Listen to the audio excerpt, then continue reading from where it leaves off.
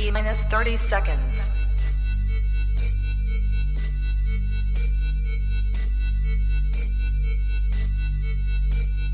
T minus 20 seconds.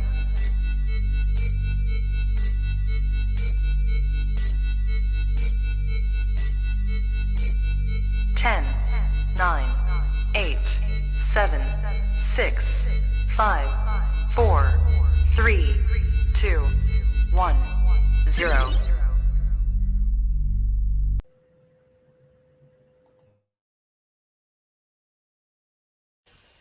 I don't have to tell you things are bad. Everybody knows things are bad.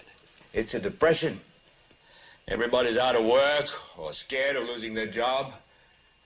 The dollar buys a nickel's worth. Banks are going bust. Shopkeepers keep a gun under the counter. Punks are running wild in the street, and there's nobody anywhere who seems to know what to do, and there's no end to it. We know the air is unfit to breathe, and our food is unfit to eat.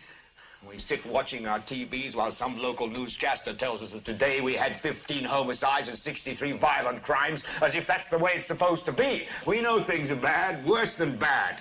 They're crazy. It's like everything everywhere is going crazy, so we don't go out anymore. We sit in the house, and slowly the world we're living in is getting smaller, and all we say is, please, at least leave us alone in our living rooms. Let me have my toaster and my TV and my steel-belted radios, and I won't say anything. Just leave us alone. Well, I'm not going to leave you alone. I want you to get mad. I don't want you to protest. I don't want you to riot. I don't want you to write to your congressman because I wouldn't know what to tell you to write. I don't know what to do about the depression and the inflation and the Russians and the crime in the street. All I know is that first, you've got to get mad. You've got to say, I'm a human being. My life has value.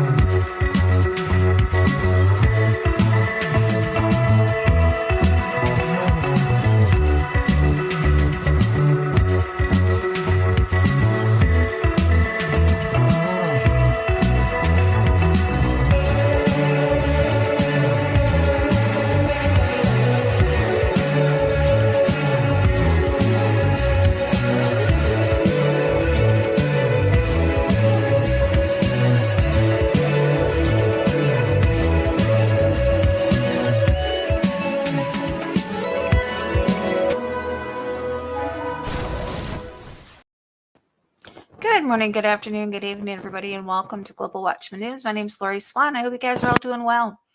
If you are in the live chat, we do have to keep it family friendly. There will be moderators in there to make sure that we stay within the terms of service put forth to us by the platforms we're utilizing tonight. If you're new to the channel, welcome. Take a minute, hit that subscribe button, hit that bell so you know when we go live. So I hope you guys, again, are doing well. Sorry about last night. I had a weekend from heck, let me tell you. Literally. Just a bad weekend. But that's okay. Tomorrow we'll just start it over again. It's good. That's a good thing about the about things like that is, you know, if you have a bad day, you just go to sleep and you just try it over again tomorrow.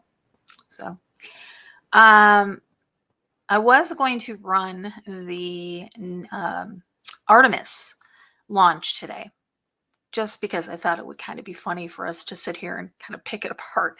But unfortunately, they put it off until the 2nd. So depending on when I leave for vacation, and I'm sure if we're leaving on the 2nd or the 3rd, I might play that. I'm not sure yet. But tomorrow night, we are going to come on and we're going to talk about the space program. We're going to talk about Artemis, and we're going to talk about you know, the inconsistencies, the things that make you go, and things like that. But tonight, because again, I'm not really feeling all that well, I'm really tired, did not have anything planned per se. So what I've done is I've pulled out something from the archives. I pulled out something from our good friend, Nicholson 1968. And we are going to rebroadcast this with his permission. So without further ado, here's Nicholson. Y'all ready for this?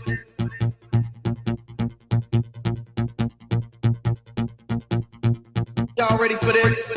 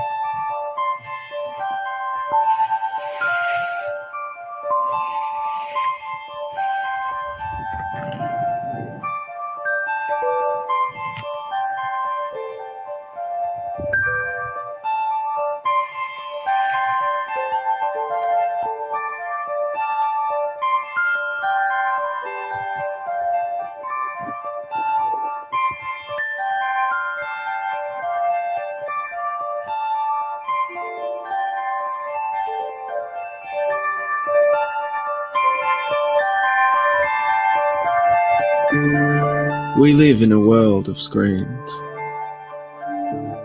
More of us would know this if we look up and look around.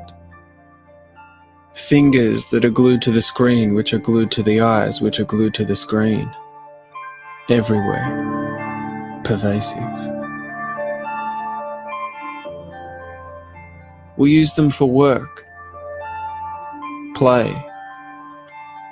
But it's much more than that.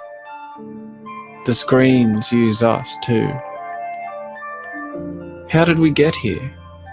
And where is this journey leading us? What does that even look like? And is it what we want? Is this culture's technology changing us and our society for the better? Does it empower all of us, like it claims to?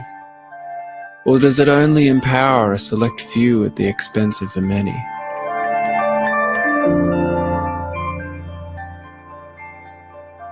What's the price we pay to live in this pervasive electronic world?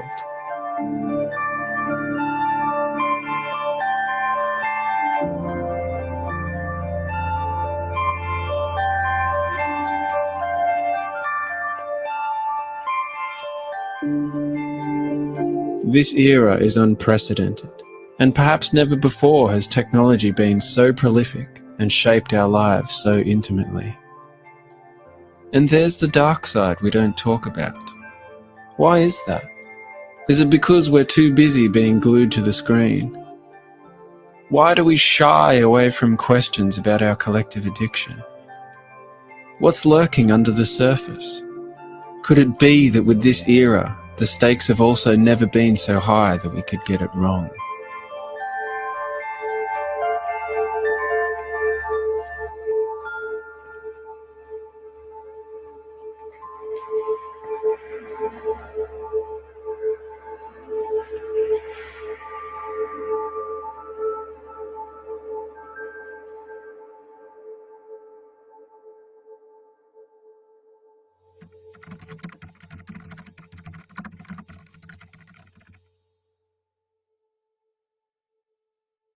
Are people becoming obsolete? A giant electronic brain has started cogitating at the University of Pennsylvania. It's made a vacuum tube, like your radio, and it can add up a column of figures a yard long in a second. It's the world's first electronic computer. Right now, it's solving mathematical problems for the U.S. Army, but who knows? Someday a machine like this may check up on your income tax.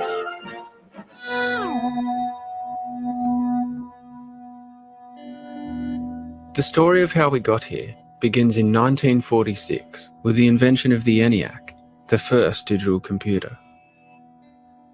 The ENIAC was the size of a large room. It covered 170 square meters, weighed 30 tons, and required extensive human labor to keep it working. Small armies of people, predominantly women, worked inside the machine to check critical parts and program the computer by changing switches and rewiring. The beginnings of the computer age started literally with humans inside the machine. As seemingly with many of this culture's technologies, the ENIAC was created by and for the military. One of its primary uses was to calculate missile trajectories and play a critical role in the development of some of the first nuclear weapons, as part of the then top-secret Manhattan Project.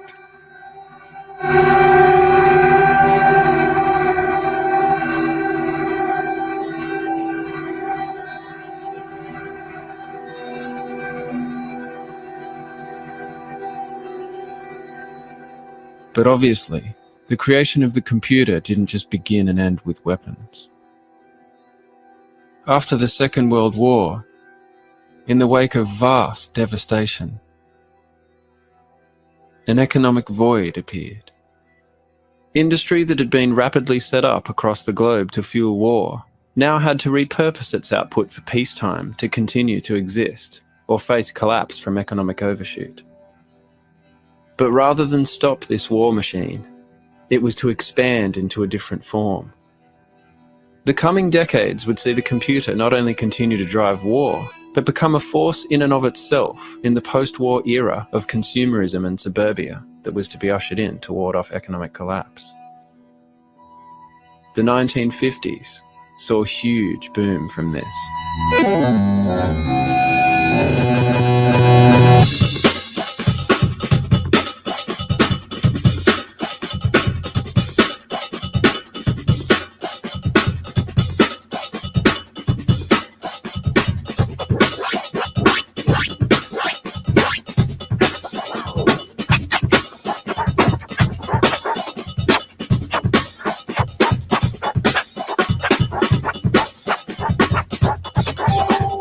Sounds fantastic, doesn't it? Through the invention of better things, we think you'll agree there is no end to progress now or in century 21.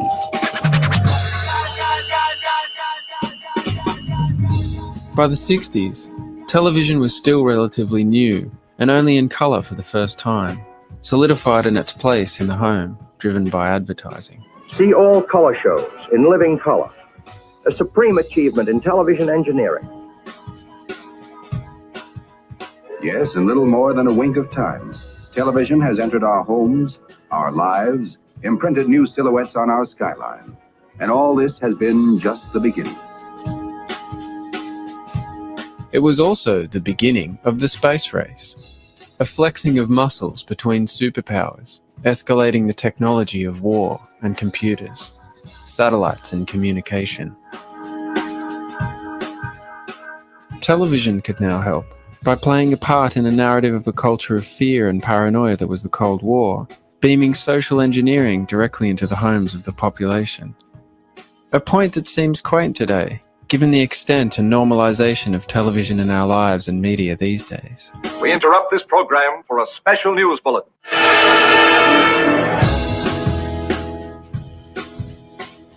It was also during the space race that the computing structures of the internet were being developed in the Pentagon research labs of the United States military. Bob Kahn and I did the design work in 1973. He really initiated the program at the Defense Advanced Research Projects Agency. And so it's fair to say that the two of us had the primary involvement in the creation of the internet's design. But after our first paper was published in 1974, there were just thousands of people involved in making this actually happen.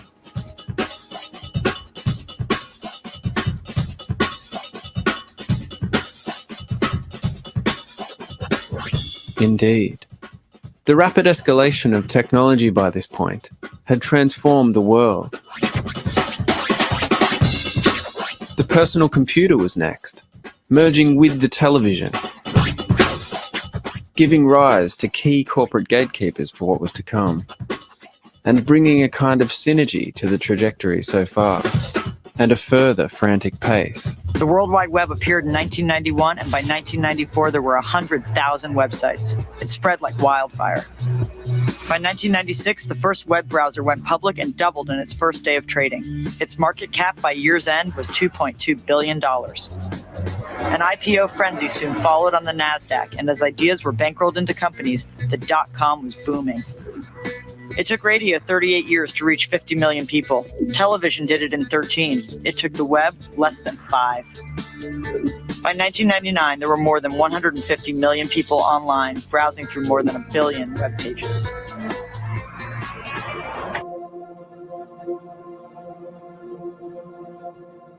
Think about it. In much less than one human lifetime, we've literally gone from no computers at all to computers everywhere, connected to all the other computers everywhere, seemingly touching every facet of our lives. A colossal paradigm shift in society. Please select your payment method.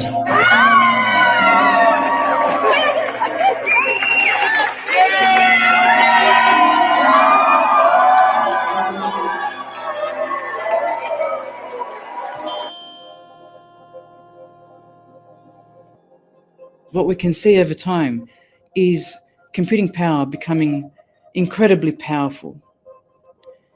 Storage becoming bigger. We're now talking not, megabytes. In the first computer I had, 0.5 megabyte was huge.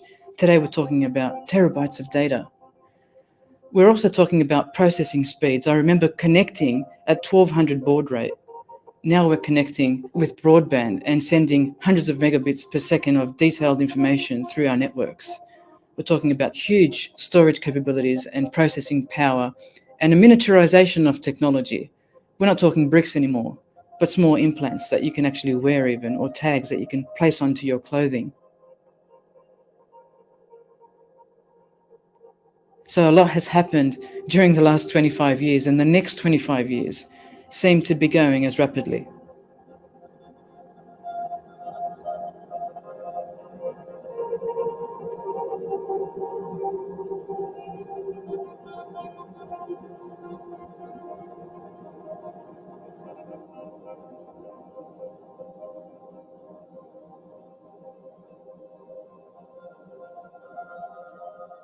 I think you have to look at two things that develop technology.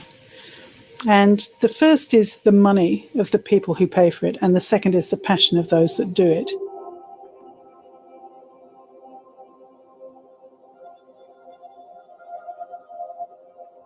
And I suppose when you look at it, up to certainly the turn of the century almost, it was very hard to develop new technologies without one of three forms of funding. And I tended to refer to that as the ABC of technological change, because it was either funded by the armed forces, which were one of the greatest, most, and I included the space race in that really, or B, for bureaucracy. When you look at the processing power of sort of getting files and data on everybody and making sure that they were paying their taxes and their car registration and all the rest of it. And then the third is corporate power. So the entities that want to know what you buy, who you talk to, how to market to you. So those three sources, even if you look at universities and you say, well, an awful lot of innovation went on in universities, but the projects that get funded in universities are still either funded through alliances with business or government sponsored in some way. And it's very rare that you came across something that you could imagine that had a lot of money behind it that would develop a new technology that wasn't an A, B, or C of technological change.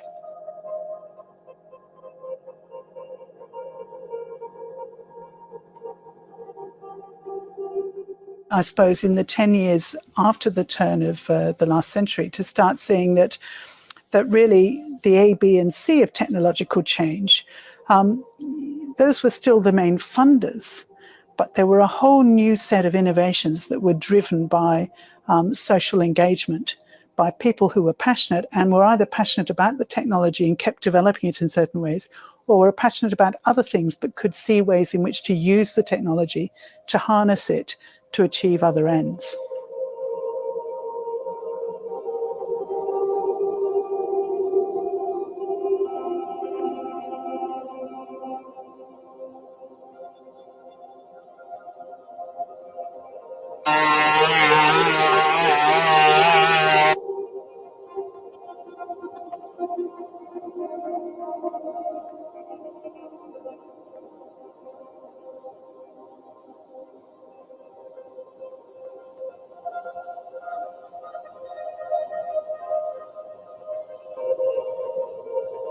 So what does it mean to live in this world of technology, mediated by these power blocks, that have these sorts of passions and history?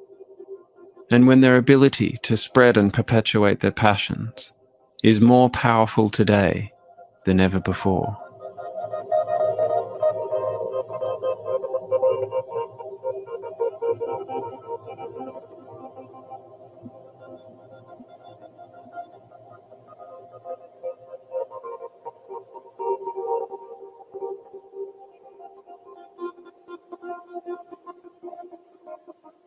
Now, all technology is rooted in ideology.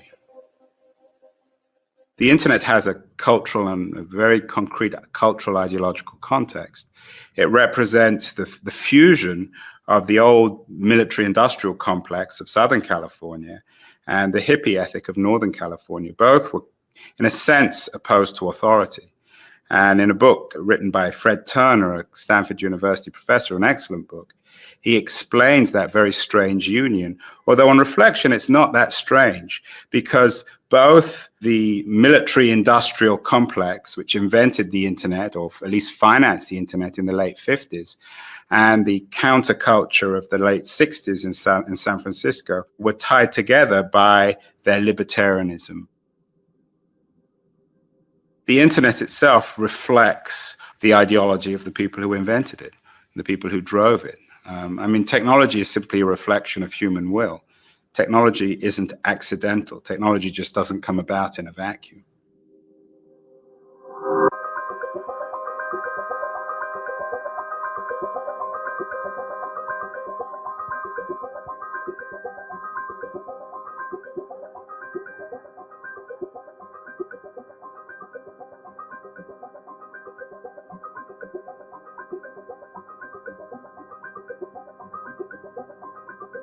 We live in a techno-dazzled world, and there's considerable resistance to the very idea of challenging technology. Is that Google? Is that Google?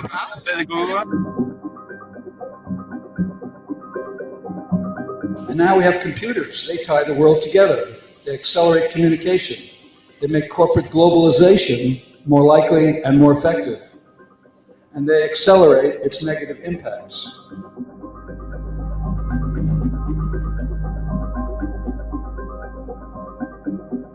Nearly all information we get from about technology comes from the people who invent, promote, and sell it. We don't really need to hear from them at this event. We hear from them every day on TV and on the internet. We've been hearing from them for years.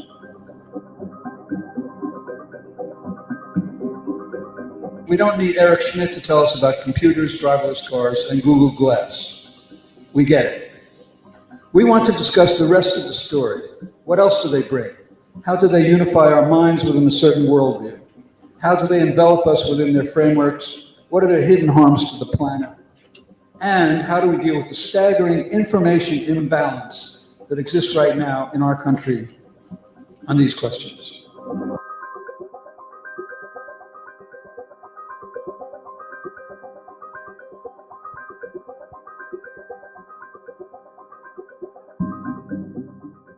Lewis Mumford was a sort of a philosopher of technology, and he's pretty interesting because he was very pro-technology until World War II, and World War II changed his mind. And it's not often that, and I have great respect for someone who allows reality to change their philosophy. You don't often see that. I think most people's philosophy is a justification for whatever pre-existing beliefs they have. And anyway, he had a number of really great insights. And one of his insights is that technologies don't emerge from a vacuum. People say, oh, you know, a tool is just a tool, but that's not really true, in that it takes a certain mindset and a certain set of social circumstances to create a certain tool. And then once you have that tool will then lead to certain mindsets. And a couple examples might make this really clear. It takes a certain mindset to create an atomic bomb. And then it takes a certain mindset to create an automobile. You know, the Tolowa Indians lived where I live now for at least 12,500 years, and they didn't invent backhoes, they didn't invent chainsaws, they didn't invent automobiles. And it's not because they were too stupid, it's because their way of life and their mindset made those technologies unthinkable. On the other hand, they created entirely different technologies, such as salmon welcoming songs. Those are songs that they would sing to welcome the salmon and to help the salmon return home. And such a concept here is pretty much unthinkable. I mean, if somebody went out to the docks and started singing a salmon welcoming song, everybody would think they're nuts. Likewise, once you have a technology, it changes how you perceive the world. And this can be seen really clearly in that I live about 3 miles from a grocery store. And I can drive into the grocery store, and if I forget something, yesterday I forgot something. In fact, yesterday I was sitting in the grocery store parking lot, and I realized, you know, I actually don't need anything, so I just drove home. I mean, I was in town anyway. But if I had to walk the 3 miles, here's how remember every single thing that I'm going to need for the next week. As it is, you know, jump in a car and drive 3 miles, it takes me like 7 minutes or something. You know, it's not a big deal. So, or you and I are having this conversation half a world apart. The technology has changed how we perceive the world. I spend an average of 4 hours a day. It's dark when we leave and it's dark when we come home. We walk in the door, it's dark. We really be together more than our own family. I mean, for me, I be with them more than I be with my own family.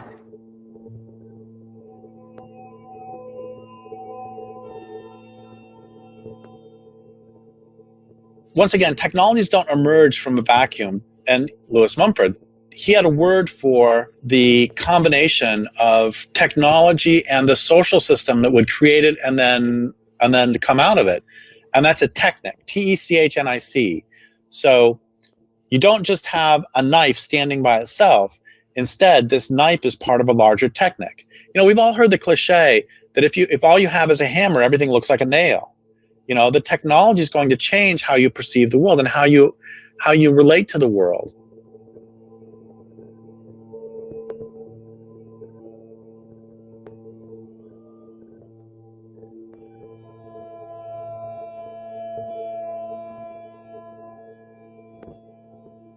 It's unprecedented that although the old argument is, oh, technology has always been here since the printing press and the car and the telephone and the television, never before have these technologies changed our environment from 3 dimensions to 2 and challenged the boundaries as not just information technology, but nanotechnology and biotechnology are doing.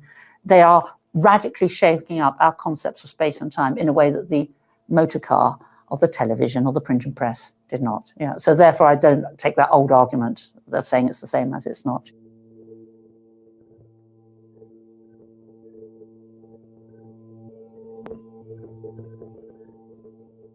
Screen culture is, as its name suggests, a whole way of life revolving around the digital devices. So when we say screen culture, whilst I wouldn't exclude television, it's more the interactive nature and the mobile nature of digital devices, which of course can embrace interactive TV nowadays. But it's more specifically when you think about the amount of hours people spend either with their Xbox or their laptop, or indeed their mobiles, or perhaps even nowadays with Google Glass.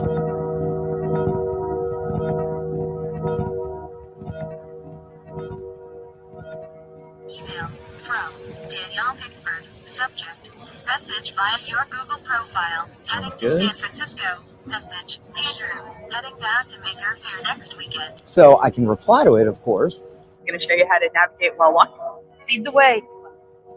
Listen. Okay, Glass. Get directions to park. Okay, Glass, make a call to Rafi. Is somebody calling me? Try, okay, Glass, answer call. Okay, Glass, answer call.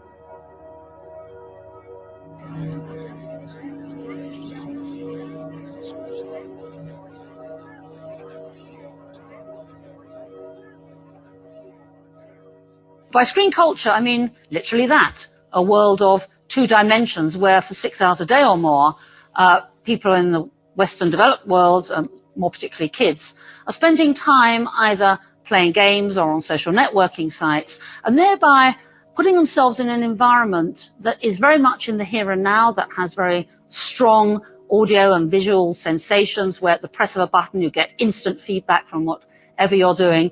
But at the same time, you're perhaps removed from some of the aspects that we've taken for granted, things like metaphor, abstract concepts, logical narrative, conceptual frameworks, long attention spans, imagination. But it's primarily a world of a small child, a world of the here and now, a world of a soundbite, a world of an instant frozen moment where nothing has consequences and where everything is literal, where nothing has a meaning. You're not seeing one thing in terms of something else. You're seeing literally what you see is what you get.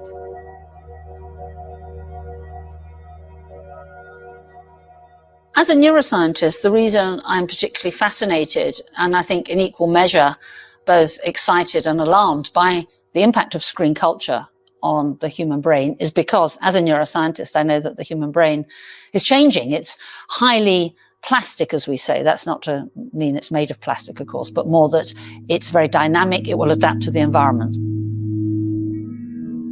If you think of your brain as a dynamic, connected power grid, there are billions of pathways or roads lighting up every time you think, feel, or do something. Some of these roads are well traveled. These are our habits, our established ways of thinking, feeling, and doing. Every time we think in a certain way, practice a particular task, or feel a specific emotion, we strengthen this road. It becomes easier for our brains to travel this pathway. Say we think about something differently, learn a new task, or choose a different emotion.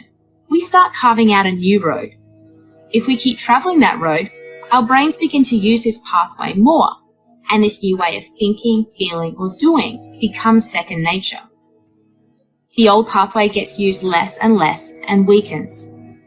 This process of rewiring your brain by forming new connections and weakening old ones is neuroplasticity in action.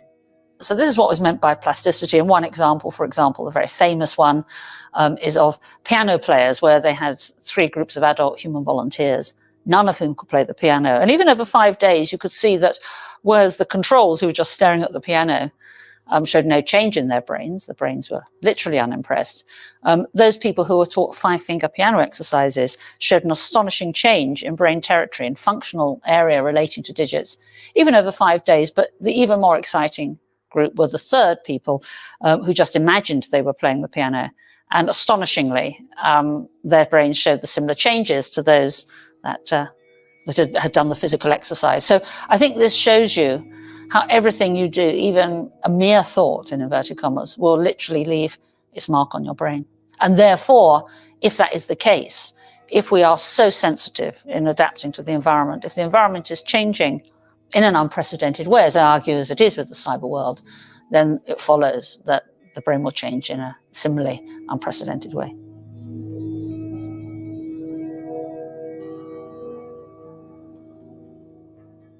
Well, it's clear that even people who have, like me, who started off without the web and now use it, work differently.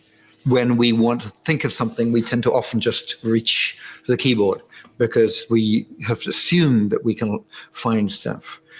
Now people say, I don't know, but the people that they've measured that people are not remembering so much. I don't know, but I know that the way I work very often assumes that I can go for my computer helper, for my web as a helper, the web is extension of my brain, when I'm roaming.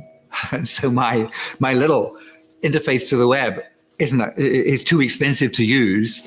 I feel as though suddenly I've got one hand turned behind my back because the usual sort of instinctive reaction to whip it out, I have to hold back and try to actually think things up. Think.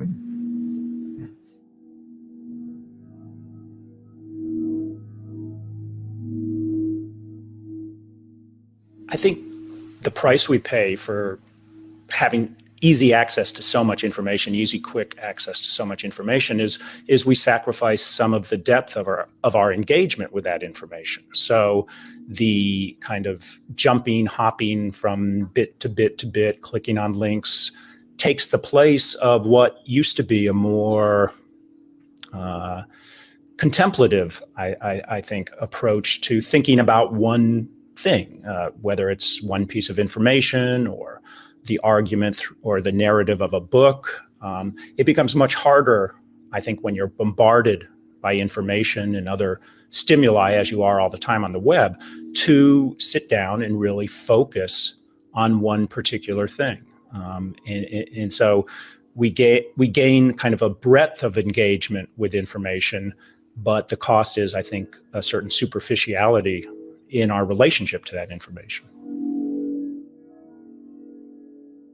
How many of us can relate to this experience? Living vicariously through the computer, jumping from one thing to the next. Multitasking, digitally tethered. Looking up something, only to end up somewhere else completely unrelated. How many hours have you spent looking up fleeting curiosities? And how much of it do you remember? What do you take in? How many of us think through the global computer? And how has this already changed the way we think, feel, read and write, learn, understand, and remember? What does this mean over time if we go on like this?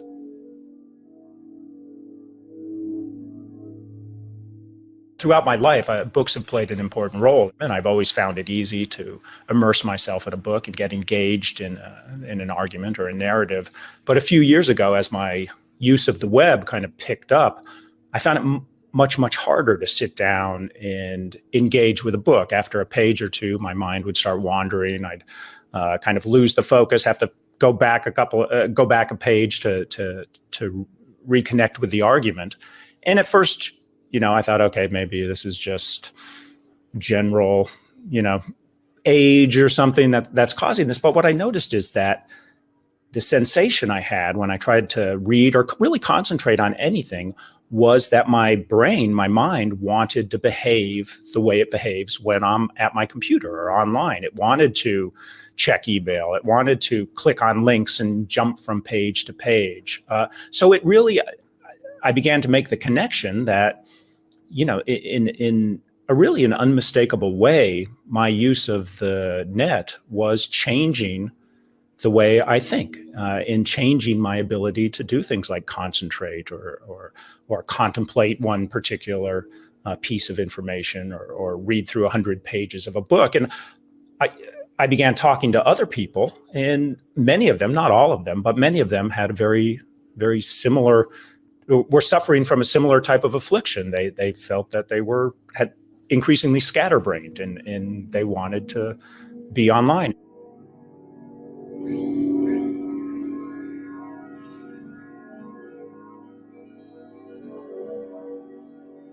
One of the biggest problems affecting the human brain in the 21st century is multitasking.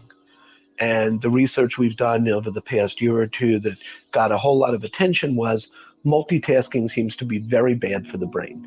not just while you're doing it, but there are lingering long-term effects. So people who multitask chronically, people who multitask all the time, seem to be less able to distinguish relevant from irrelevant information, seem less able to manage their memory, and seem less able actually to switch from task to task. So what this tells us is if we're designing interfaces to encourage multitasking or to support multitasking, we're actually creating a worse thinking, poorer thinking group of people. And it's very worrying.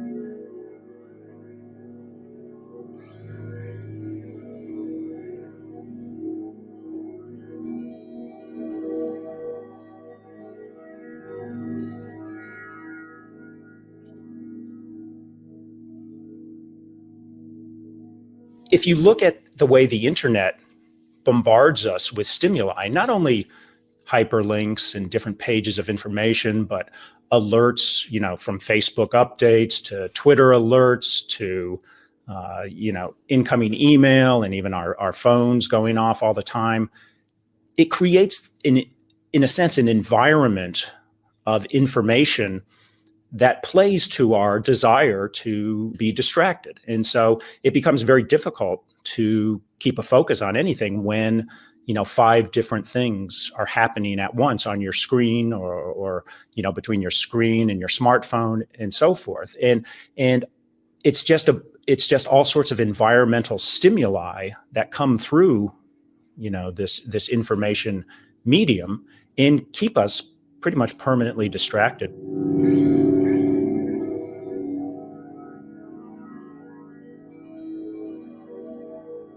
So you're reading an article online when you get an instant message with a link to a funny photo, which of course you have to share. And now you're reading your Facebook news wall, which sends you to a video of a panda bear attacking a kid. And now you're reading Wikipedia to learn everything you can about the violent behavior of panda bears.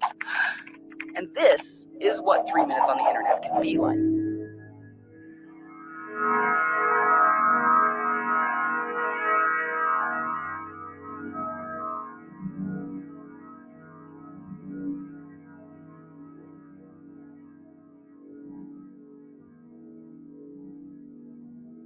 I've often spoken about the benefits of screen culture being one of agile processing, but how that mustn't be confused with content. Now, there's a book written a while ago now by someone called Stephen Johnson called Everything Bad is Good for You, which extolled the benefits of screen culture. And one of them is that it could be linked to high IQ, because the skills that you rehearse when you play video games are similar to those that are required to do well in IQ tests. That's to say, you don't need a lot of facts or infrastructure or hinterland, but you do have to be very agile at looking at patterns and connections and getting to an answer in a rather fast time frame. So the idea is that because the human brain is always good at what it rehearses, if you're rehearsing that, you're going to be good at it. And so then you go to an IQ test and guess what? You'll be good. But even Stephen Johnson says, just because, as many claim, we're seeing an increase in IQ scores in certain societies, we're not seeing an increase in empathy or understanding.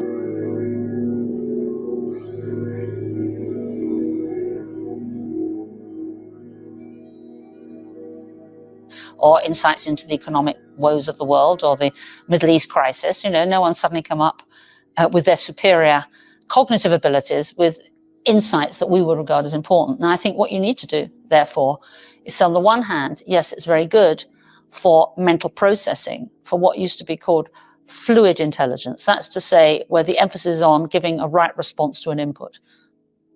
But that's not the same as understanding. Information is not knowledge. And I think this is what people confuse. And by knowledge, I refer to content. And content, for me, is true intelligence, which is where you can see one thing in terms of another. So, for example, the bit in Macbeth, out, brief candle.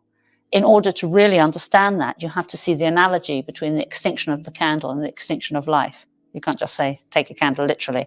And I think that that's what we are missing out on. That's what might be in jeopardy. That's certainly not enhanced by doing very fast, clever things with video games, even though you might be able to give impressive responses very quickly, correct responses very quickly. That's not the same as understanding. And I think we have to be careful about differentiating them.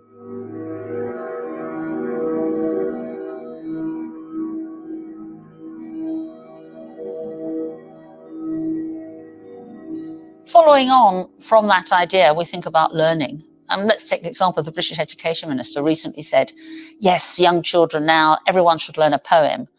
And I think that's wrong. I think the emphasis should be they should understand the poem. So really what we need is not just to access facts, but we need to see one fact in terms of something else. So facts on their own are pretty boring. Who cares the height of a mountain or the date of a battle or the name of a king? These things are only relevant if you relate them to others and you see a trend and you can generalize. Or if you're learning the name of a king, you know more about that king and why he was important. So a fact on its own, which is why Trivial Pursuits and pub quizzes are not held up as the pinnacle of intellectual achievement. Facts on their own are not the same as interpreting the facts, putting the facts into a framework, and even more important than facts are ideas. And you do not get automatically ideas coming out of an iPad. You won't have that. You'll have access to facts, but it requires an inspired teacher, requires your thinking processes, it requires something in addition for you personally to join up the dots. And that's for me, real knowledge. So can we join the dots with this then? The fact that the screen culture has become more pervasive than ever before, and that we're increasingly spending more and more of our time in this virtual world. A world which encourages distraction, shallowed thinking, short attention spans, and a world where we don't have to remember anything anymore because we can just look it up on Google. Can you see this as one thing in terms of another?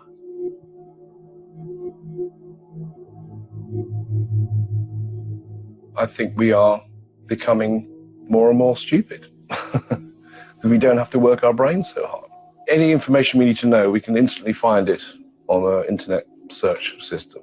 And the worst thing would be to have a USB portal into our brain, so it's there immediately. Because the moment you take that away, you're dumb. You haven't got any information, you're relying on it.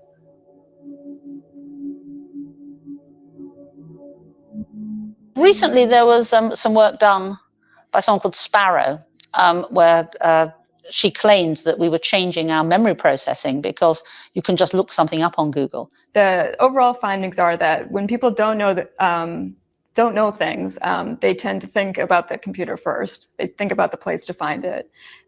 When people expect to have information accessible to them later, they don't remember it as well as when they don't expect to. So they do locate it externally instead of internally. And then finally, yes, that people tend to prioritize where to find things as opposed to the things themselves. And that does concern me because let's take that ad absurdum.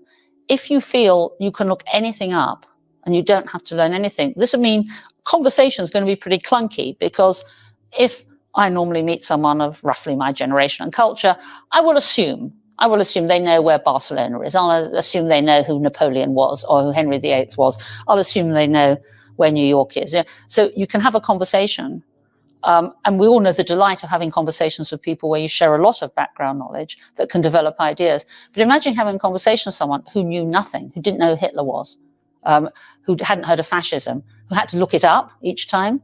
This would mean that you couldn't really have a very fluid or interactive conversation. And I know that sounds extreme, but if we are always having recourse to an external source of memory, then I think it's going to have a severe impact on how we interact, how fast we have ideas, and what we do with them. And I think that the younger generation perhaps might be disadvantaged in not having such ready, agile processes and have a much more cut and paste mentality.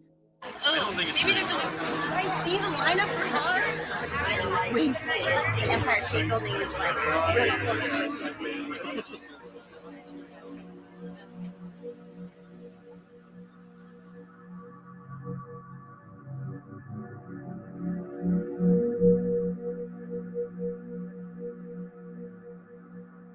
I'm a little nervous about drawing a sharp distinction between what we call, Generation Web or digital natives and older people, adults, because I think that's that lets adults off the hook, and they can say, as they always say, this younger generation, going to hell or whatever. And really, the effects of the internet, I think, are the same on adults as on younger kids and younger adults. So I would hate to make it seem as though though older people aren't affected by the internet, because I think they are. And I think what we see in young people, the distractedness, the inability to, read more than 2 pages at a time, is probably coming to characterize older people in every generation as well. Having said that, I think obviously the human brain is malleable throughout the course of anybody's life, but it's particularly malleable, of course, when you're young. So if a person is brought up looking at screens and using the web and being bombarded by information, then the question is, will the brain circuitry necessary to do things like deep reading, deep thinking, will those circuits ever even come into being? Will they be wired for that kind of thinking, or will they be wired completely for internet type of thinking?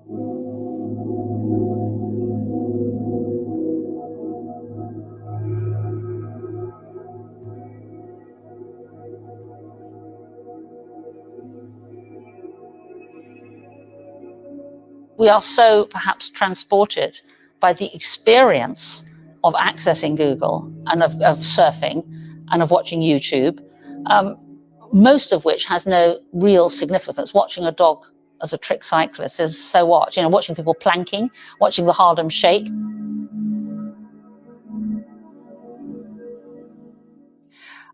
Why are we doing this? It's because the experience of it is obviously, by definition, pleasurable, but we're not doing it to find anything out. We're not on a quest anymore because we know we can go on to the next thing and the next thing and the next thing. And this, in a sense, the means has outpaced the ends. And I think that, again, this will have serious implications for education.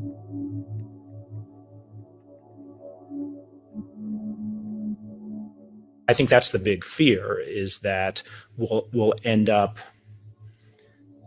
with a generation of people who are very good at using the net and very good at finding information and processing information very quickly, but don't really have any capacity for contemplativeness or for concentration or for deep engagement with information.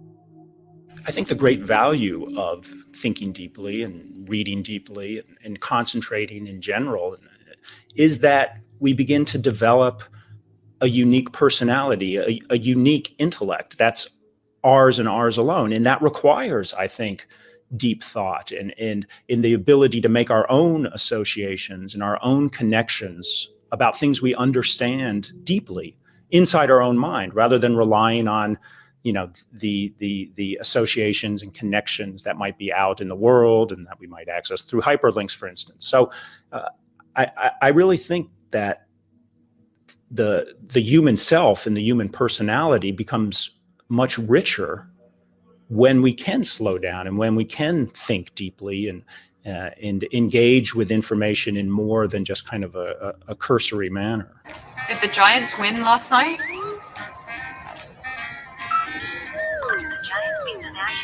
Will I need an umbrella tomorrow? No. You think no?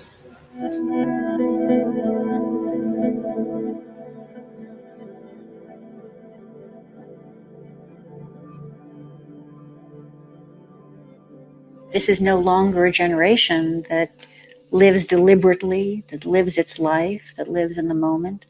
I think that has time for reflection.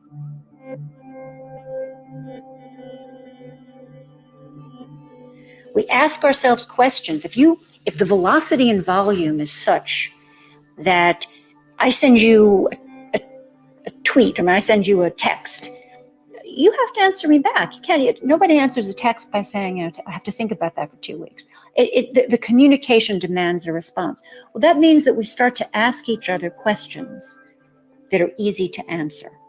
And so I think we live in a kind of paradoxical time, and we're giving a whole generation a very paradoxical message. The world is more and more and more and more complex.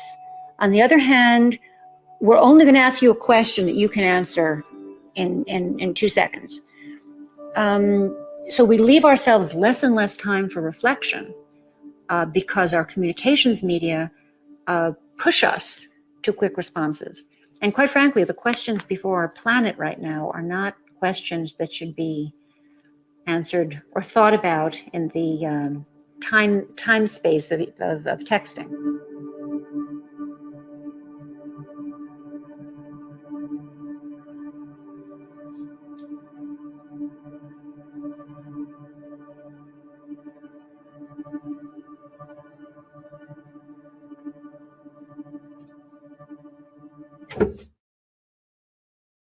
But there's a more sinister danger that compounds this superficial mindset. For even when trying to meaningfully engage with information online, what if that information was tailored and edited just for you, like an invisible fine-tuning of the world? And if you weren't paying close attention, how would you know? So when I was looking at Facebook, I noticed that some stories do a lot better on Facebook than others, and that people were finding it very easy to click like on I just ran a marathon or I just baked this awesome cake, but that the stories like the genocide in Darfur enters its 10th year weren't getting so many likes. And in a world where the Facebook algorithm shows the stories that get lots of social love to more people and shows the stories that don't to less people, what does that mean? Does that mean that we don't find out about important but unpleasant things that are happening?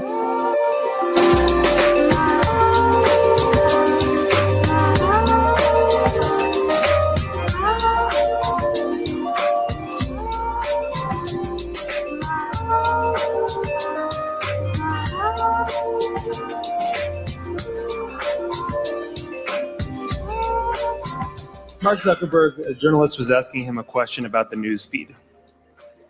And the journalist was asking him, why is this so important? And Zuckerberg said, a squirrel dying in your front yard may be more relevant to your interests right now than people dying in Africa. And I want to talk about what a web based on that idea of relevance might look like.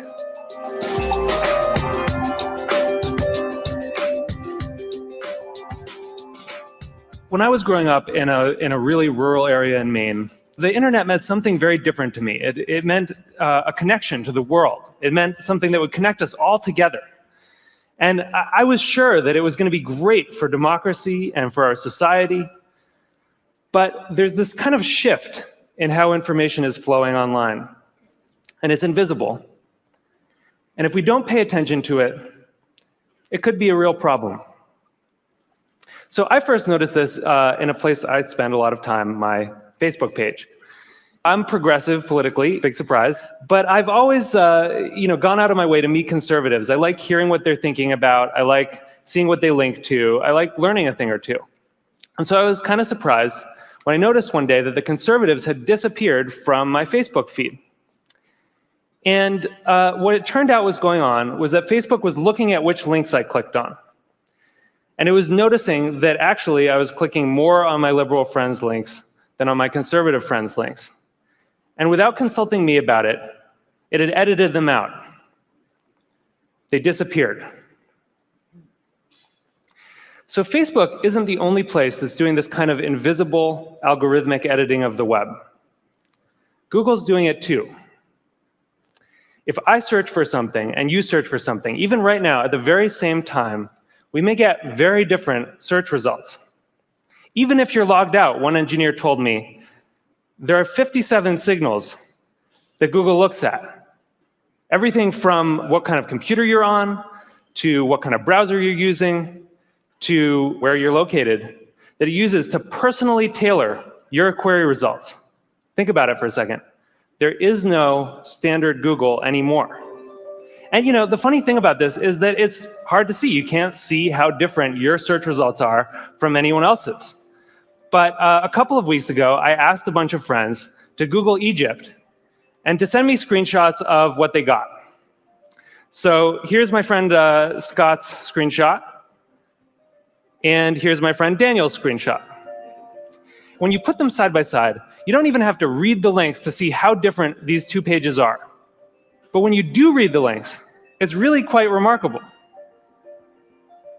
Daniel didn't get anything about the protests in Egypt at all in his first page of Google results. Scott's results were full of them. And this was the big story of the day at that time. That's how different these results are becoming. Now, wait, explain that again. I mean, that is astounding. So you go in, the uprising is happening in Egypt. Right. In fact, today there's a mass protest in Tahrir Square. They're protesting the military council and other issues. So if I look and someone who likes to travel look, they may not even see a reference to the uprising? That's right. I mean, there was nothing in the top 10 links. And you know what, actually the way that people use Google, most people use just those top 3 links. So if Google isn't showing you sort of the information that you need to know pretty quickly, you can really miss it.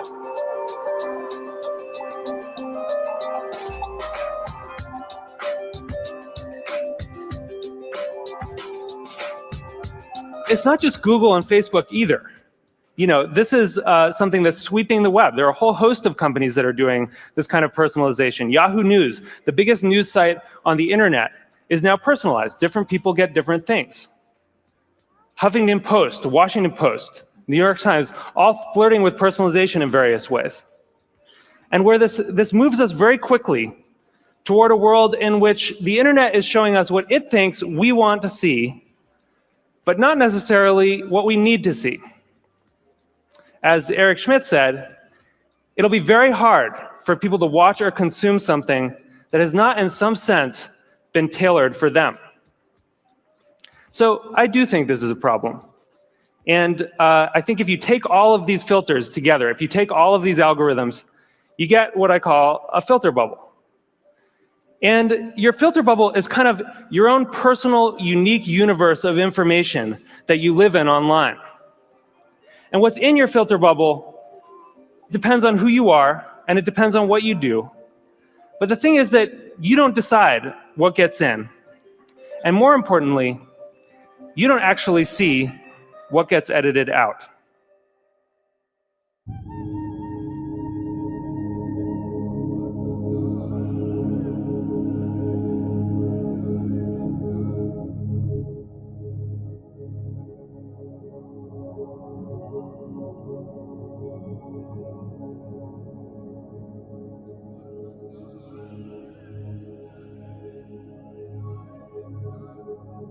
We've never seen technology like what the scenario we're in right now. This little black mirror that we carry around in our pockets, the smartphones, that's all you. That's all about you and your preferences and the websites you want to look at. And we become insular, we become very intolerant of others. The technology that we carry with us and that we are consuming at record rates right now encourages entitlement and encourages a lack of respect of other people's boundaries.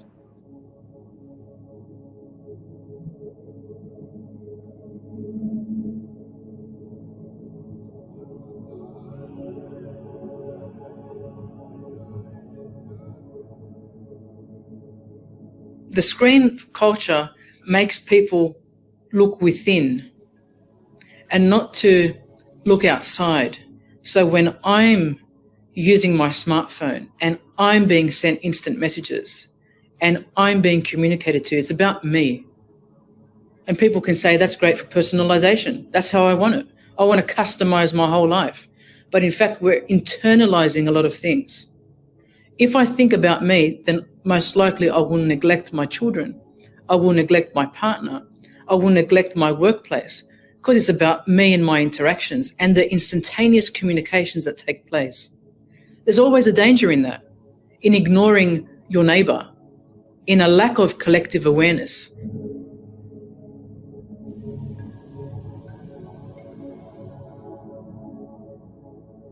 It's about insular things. What you're doing is removing your ability to think, removing your ability to meditate and be peaceful about things because you're constantly being bombarded by messages which are relevant and irrelevant. You're constantly thinking that these are more urgent than the baby crying in the next room who requires milk or food. And the screen culture just propagates itself. So in order for me to internalize my communications and look down and keep texting and keep messaging back, I also impose the same culture on my children because I just tell them to go and look at the TV for a little while longer. Go onto the internet, search some more things, go onto playground and look at some music. So I am spreading this mimicry.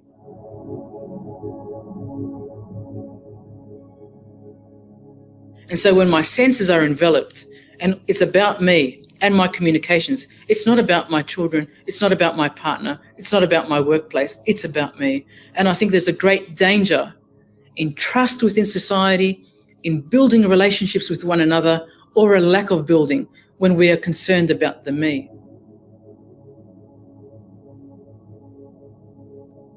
The me has been a target of corporate power for a long time.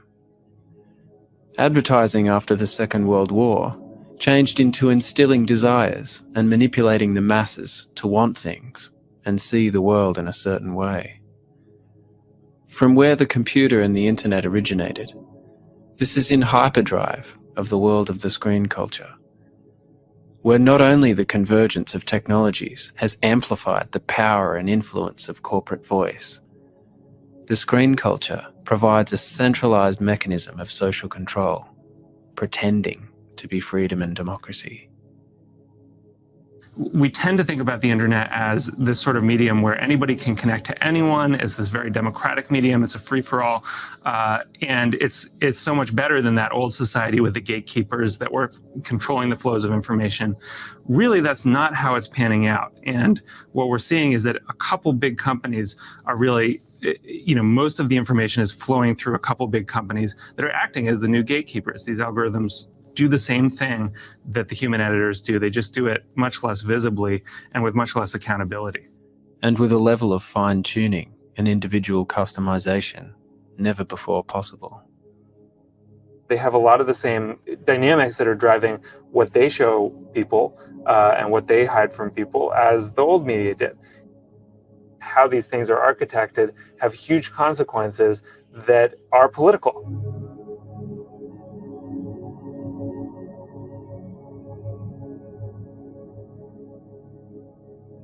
The filter bubble puts you at the center of what seems like a vast world of connectivity and relevance. But really, you're in a walled information garden, a holding cell of two-way mirrors, a giant echo chamber.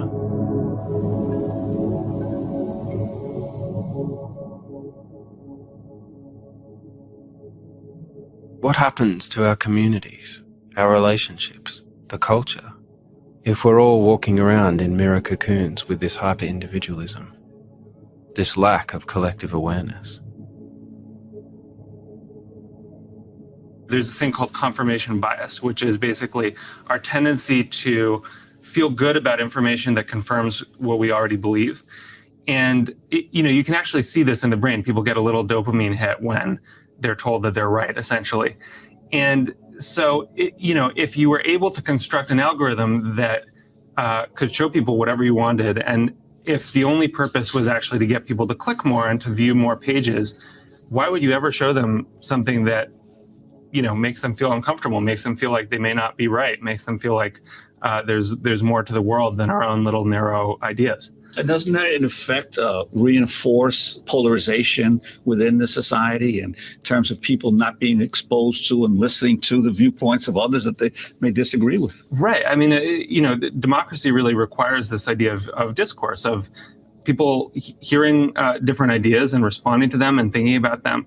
And, I come back to this famous Daniel Patrick Moynihan quote where he says, everybody's entitled to their own opinions, but not their own facts.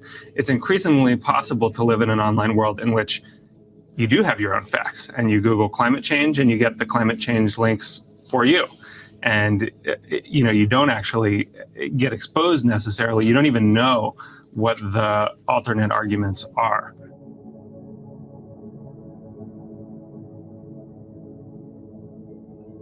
As we willingly pour our lives into the screens not only simply reflect this more of the same, it's strengthening corporate power, studying and analysing us inside this playpen, projecting into our individually targeted mirror world. We become the product of the consumer culture in totality. There's a myth online that what we're doing is free. All that's happened is the place that revenue and value is extracted from us has been shifted.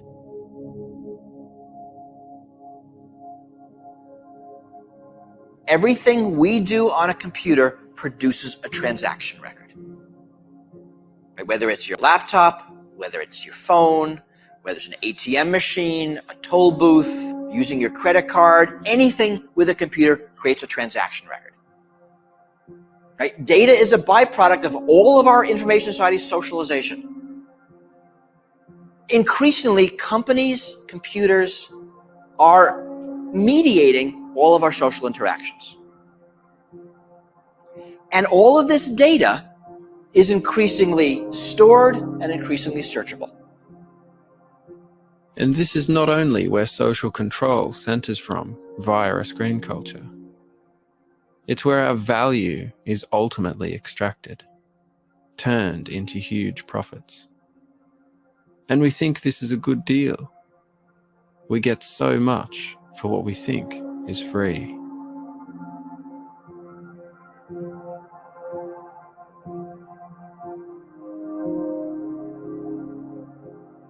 Think about your digital trails. What did you do today that involved a computer, a screen, your choice or not?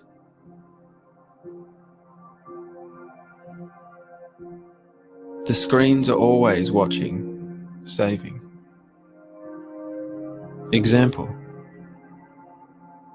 When you browse the web, if a page has that like button, Facebook collects information about where you visit. Even if you're not on Facebook, the fact that you've been somewhere, Facebook knows because the like button is there. And even if you don't click, it's been loaded from Facebook's servers. They know. And this information's used to shape your experience. The same is true for Google. The millions upon millions of websites that run Google Ads or use Google Analytics software or make use of any Google code, YouTube video, search buttons or images. If anything touches Google, Google knows. Think about all of those websites across the internet that these companies track, analyze, dominate and influence. How are our lives shaped by this? And how do we even know what's happening behind the scenes? We've become so sparing in our understanding of these technologies, these corporate interests, and how they wrap around our lives. What happens when I click this button? The product online is not the content. The product online is you. The product online are the eyeballs looking at that content and as much information about how to influence the hands connected to those eyeballs as possible.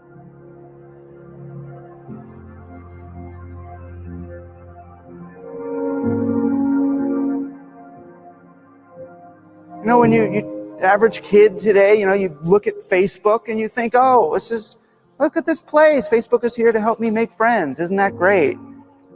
This is what this is for. Right? The distance between the user and the program is so great. We don't even know what the programs we're using are for. I talked to little Johnny and he thinks that Facebook's there to help him make friends. Go to Facebook. What do you think they're talking about there? How are we going to help little Johnny make more friends? Deeper, lasting human relationships? No, they're thinking, how are we going to monetize Johnny's social graph? Right? How are we going to use big data to predict what Johnny's going to do and then sell Johnny's future to himself before he knows he's there himself? What you have with the internet is a world on the one hand where a lot of young men, and they tend to be young men, spout a lot of nonsense, in my view, about democratization and egalitarianism and the opening up of everything. On the other hand, these young men are becoming infinitely rich and powerful.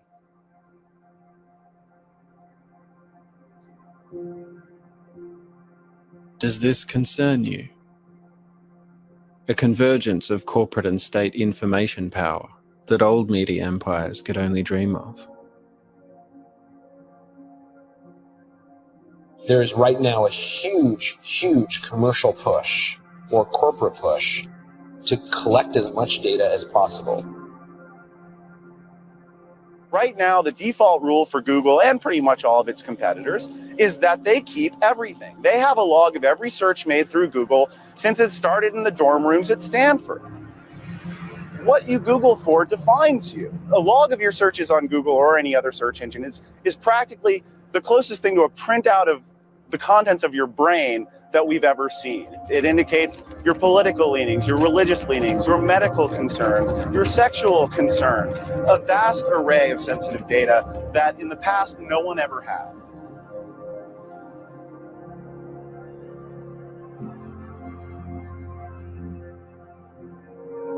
Stare into the lights, my pretties. The society of the spectacle. Captive populations glued to screens, engineered with ever-increasing precision and insight.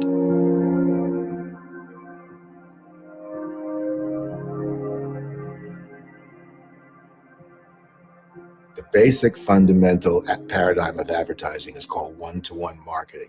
That's what was made possible by the internet. I can know everything you do and I can reach you at any point. First, in the 90s, it was when you were in front of a computer. But now, because of the growth of the internet, and especially mobile devices, I can reach you 24/7. I can reach you and your friends, and I can target you, and I can engage in invisible digital behavior modification.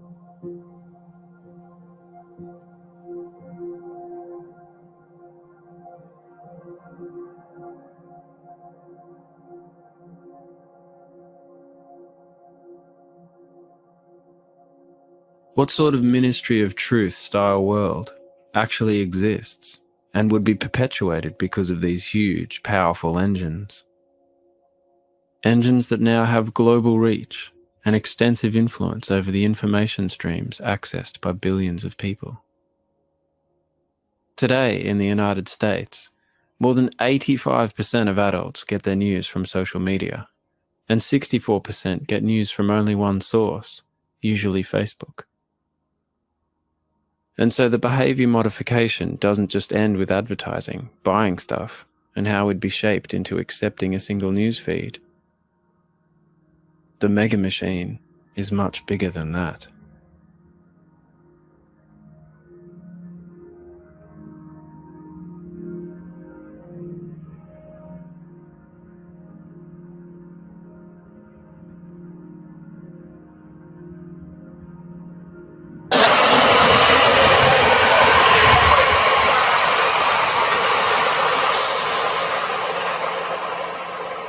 Corporate forces make huge profits, not only off the data about who we are and what we do, and by shaping us to be subservient consumers, and the cycle goes round and round.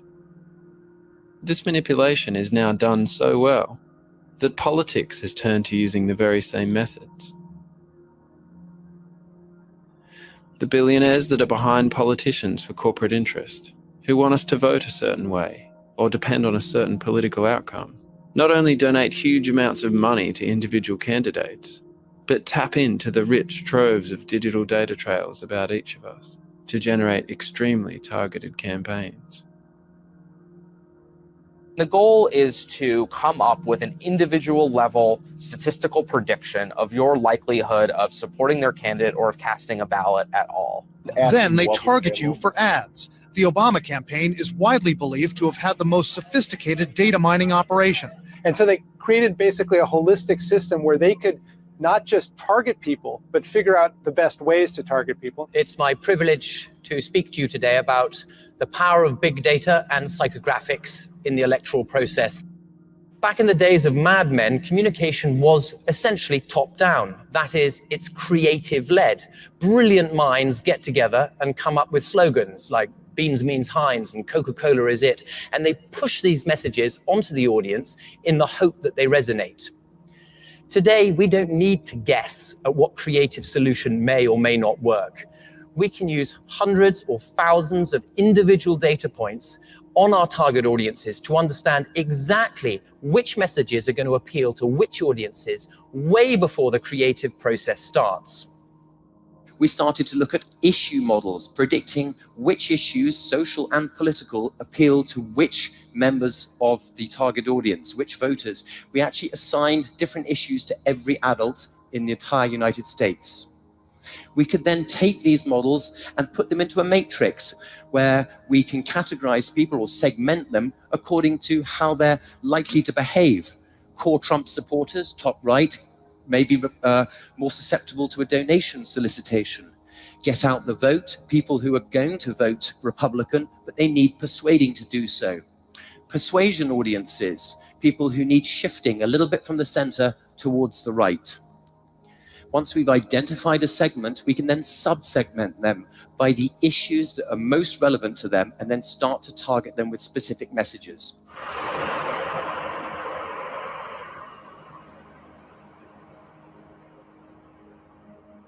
Axiom.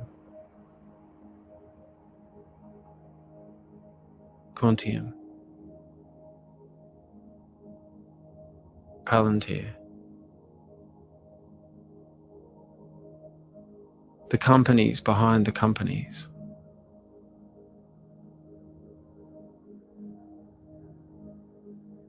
The new age of the consumer culture that has also subsumed politics, run by data.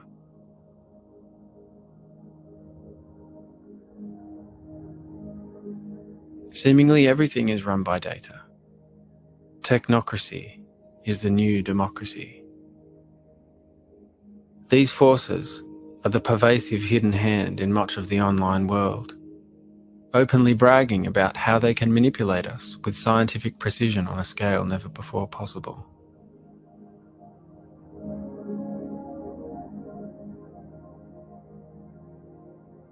The commercial surveillance system that the advertisers have created all across the world is stunning and a cause for serious alarm. It threatens our civil liberties. It's about getting us to buy high interest rate credit cards, junk food, prescription drugs for illnesses we may or may not have, politicians who may or may not be good for us.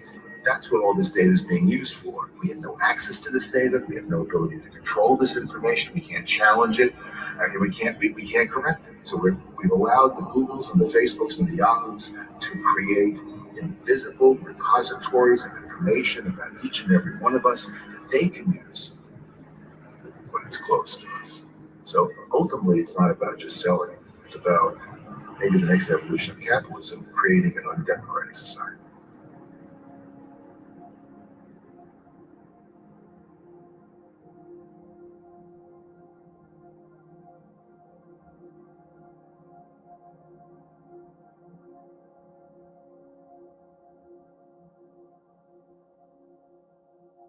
So the phrase that's often used, I've got nothing to hide, so I've got nothing to fear, is something that's often said by people. To that, I always say, you've got nothing to fear, nothing to hide until somebody identifies that you have otherwise. Business leaders. Excuse me. What's up? What are we doing here? Oh, I'm taking a video. I'd appreciate it if you'd go somewhere else with that, okay? Oh, it's fine. It's just a video. It's offensive to me. Excuse me. I'm trying to have a private conversation. Could you respect that? There's a great deal of information about humans that you don't want to have widely available, that you want to provide particular protections for. It's just a video, man. I hear you. Okay. I'm having a private conversation. Would you please move? We hear this nonsense about the only people who are concerned about privacy are people with something to hide. Well, yes. How about your password? How about your PIN? How about various aspects of your physical person? How about various aspects of your health? Various aspects of your finances, the fact that you've got a really, really valuable painting in a house that's really easy to break into and that doesn't have a security system. How about the way your kids go to and from school? What your daughter drinks and which drink to spike. There's any number of things that people have to hide. Do you not understand what I'm saying? It's a private conversation. All right, calm down. Leave. Calm down. Leave. It's just a video. Fuck you. You got it? And the horse you rode in on. Jesus Christ, you have no respect for anybody. What are you going to do, follow me around now? Jesus. I should just stay outside their home and start capturing their every move as they interact in their front lawn, their back lawn, anywhere I can see from the front of their yard. And then what I should do is get in my car, put a GPS device on theirs covertly, and follow them down the street. And then I should get out at work and say, "Hi, it's me again. I'm wearing the camera. I'm recording you." And then I should follow them home and then see how they feel the next day when I do the same thing. And the day after that and the day after that. And I think they'll get really sick of me really quick.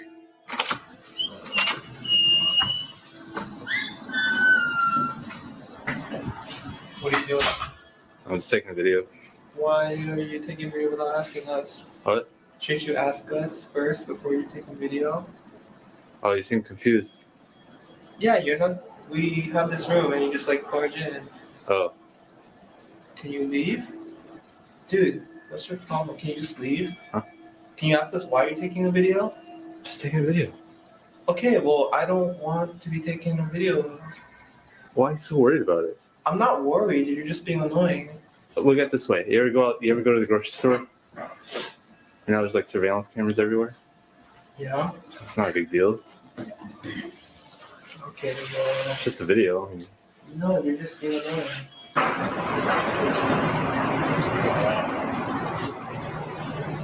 I ask who you are? what? What are you doing? I'm taking a video. Of what? Just a video.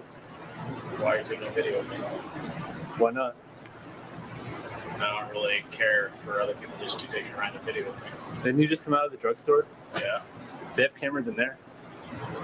So? What are you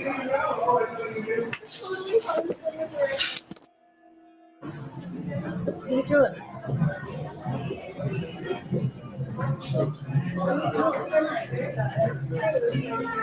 Let anybody over here, huh? Hey, how are you? Good? You got a problem? What are you doing? We got a photographer? I don't know who this guy What are you doing? is. His son. Hey, hello? What are you doing? What are you doing? What are you doing? You don't know. He's been following us and thinking like, what are you doing? Why don't you answer him? Hello? Hello? Chief. Hey, Chief, what are you doing? Do you talk? Do you talk? Hello? We're going to meet somebody. Holy crap. How you doing? I'm good. This is freaking me out. Yeah, I know. Should be really freaking you guys out. And this is what the Mega Machine does. It follows us everywhere, tracking, recording, analyzing, scrutinizing, unanswerable. So why aren't we pissed off about this in the same way? Is it because the surveillance is diffuse, coming at us at all directions? It's not a guy with a camera right in front of our eyes. Why are you taking a picture for?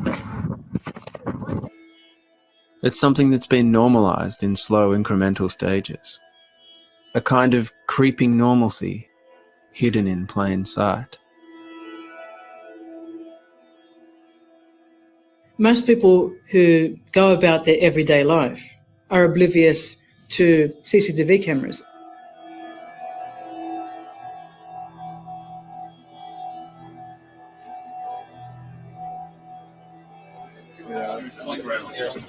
You're getting a picture like that of someone that you can't, the person's not going to be able to question what's going on. Even mobile CCTV now on police cars.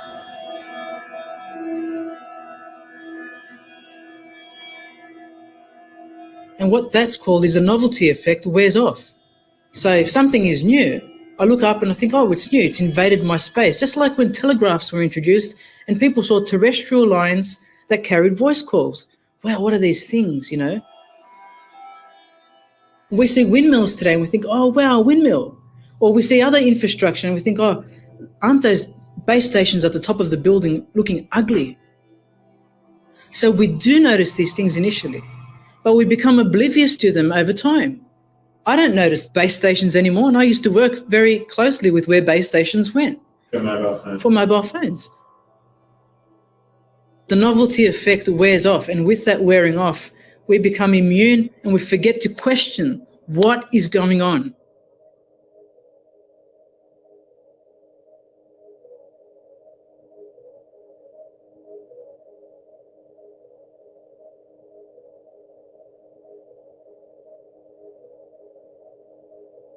The Jews who lived in Holland in 1939 had nothing to fear from a database that identified them as being Jews. Well, they don't have anything to fear now because they're all dead, with very few exceptions. The people who had reasonable educational qualifications in Cambodia in the 70s had nothing to fear. What's there to fear about knowing that you've got a certificate or an advanced diploma? Well, most of them are dead too. In Rwanda, Burundi, it was being thought to be of a particular ethnic background. Now, it's not terribly easy for people to tell ethnic backgrounds when they're tribal and they're adjacent, and they've been adjacent for hundreds and even thousands of years. But the decision was made that you were of that ethnic persuasion, and therefore you were dead.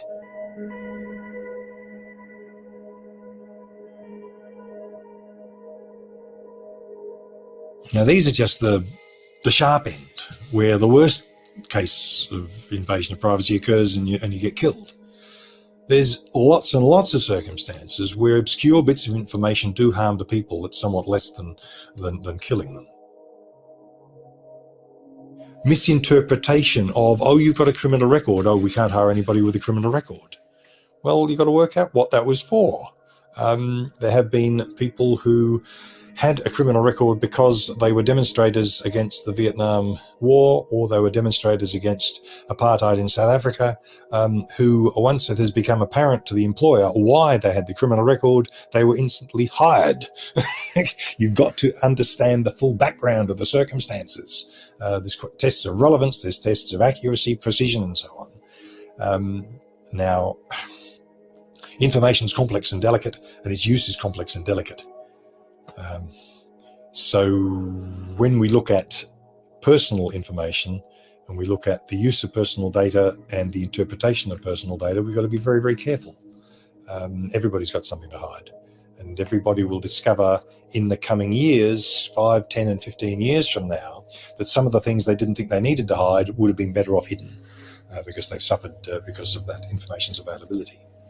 It's a delicate flower. We've got to be careful with people. A lot of people say, well, I'm not doing anything, so it doesn't matter. Well, you may not be doing anything now, but you can't say anything contrary to the administrative position, because you may become a target. And if you do that and you become a target, they've already assembled all this back data on you, and now they could start looking for some way to charge you with some kind of criminal act or harass you in some way, like at the border or internally here. They can harass you through businesses. Things like that. All that is that's a real danger when government assembles that kind of knowledge about its citizenry. I mean, from my background, the KGB, the Stasi, the SS, and the Gestapo, they could never have dreamt of having such an ability to monitor the population. That's the real threat. Can you imagine that a guy from the NSA is actually saying that all of their enemies before put together is essentially less than what they have built to deploy on all of us?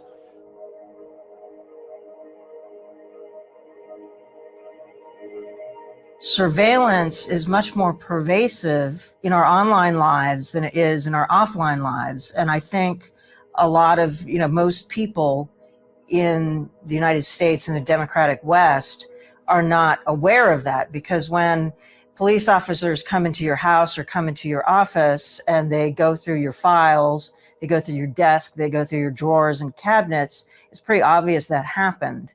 If they do the equivalent in your email, in your, online storage spaces, in your Facebook, you don't know. You have no idea it ever happened, so you're not going to raise a fuss about it. In a way, there's a kind of self-surveillance that I think that young people don't think about in political terms. But it is a political issue. People put their lives on the screen. They put really intimate details of their lives out there, and with very little thought that there might be people using that information in ways that are not benign. That's why I say there will always be another bigotry. That is to say, you don't know what in some future environment you will be accused of being. Possibly being in favour of heterosexuality will one day be a bad thing.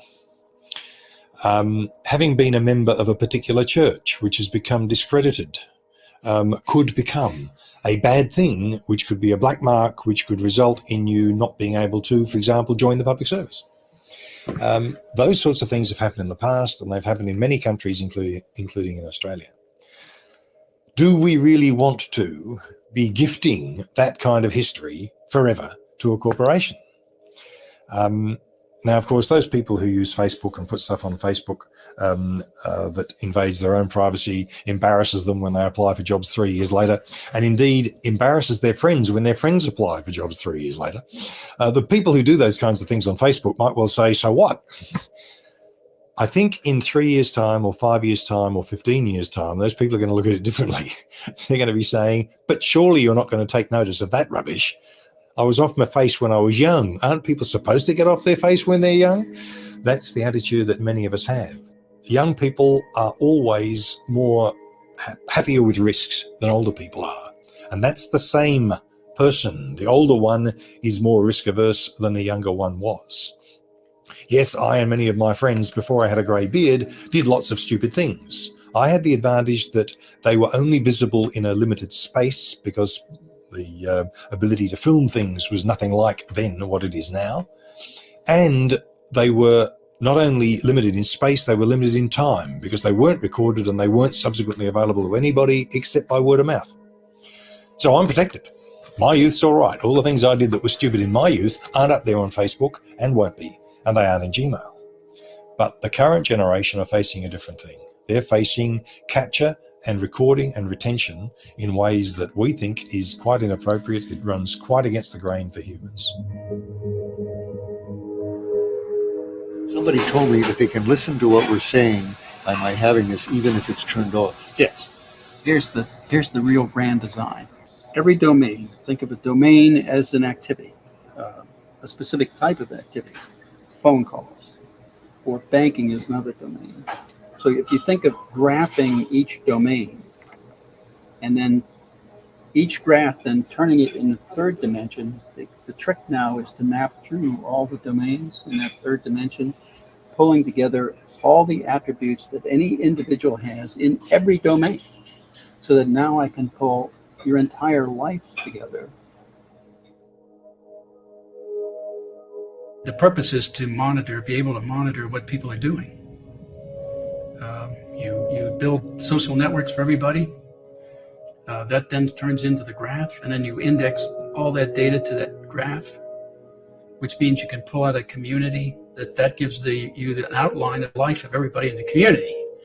And if you carry it over time from 2001 up, you have that 10 years worth of their life that you could lay out in a timeline that involves anybody in the country. The dangers here are that we fall into something like a totalitarian state like East Germany.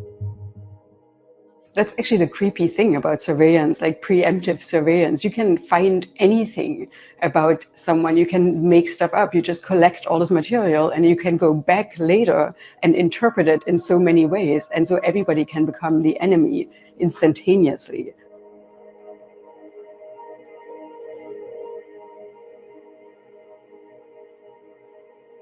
Where are we while all this is happening right in front of our eyes? Are we paying attention?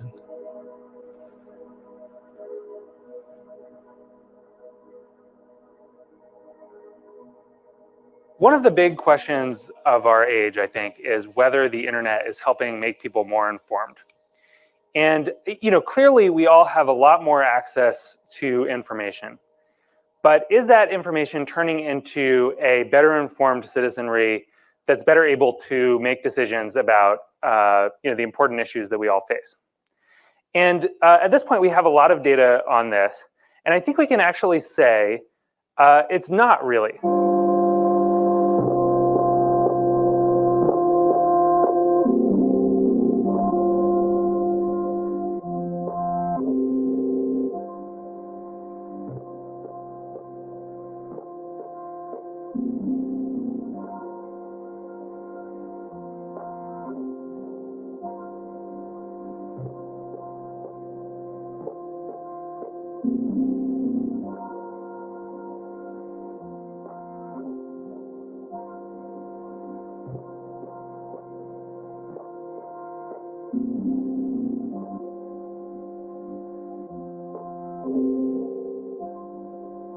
Pew did a big study of the differences in people's informedness about foreign affairs before and after the internet. So they looked at 1989 and 2007.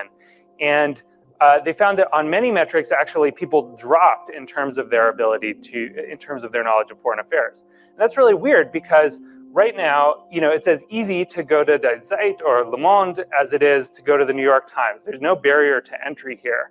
And yet, the percentage of Americans who know the name of the Russian president has actually dropped by like 10 percentage points. And of course, this isn't just a problem of informedness about foreign affairs. And we've all seen these studies. Americans are pretty poorly informed about domestic affairs as well. 44% can't define the Bill of Rights. Americans want to cut foreign aid from what they think it's at, about 30%, to about 14%. Of the budget. Actually, it's way less than 1%, right? And so, we have this this real challenge of informedness.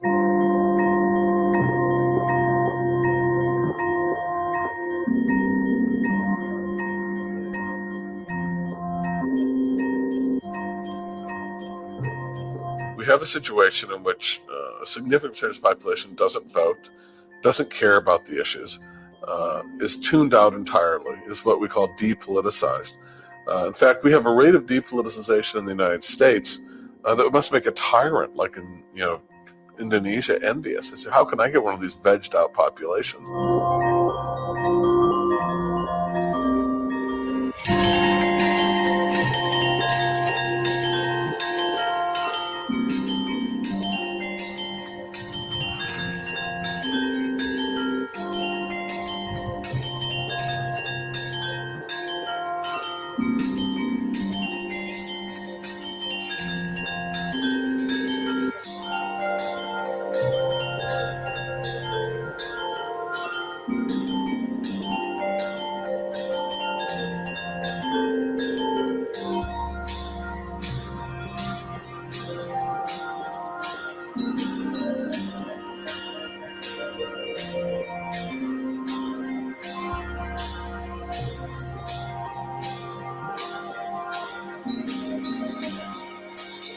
We adopt without realizing what the repercussions are to our everyday life. And the more we become ingrained in this new technology, in this web, in this internet of everything, we are actually becoming commodified subjects whereby our patterns and trends are analyzed. And that data is then unsold to others so that they can manipulate us.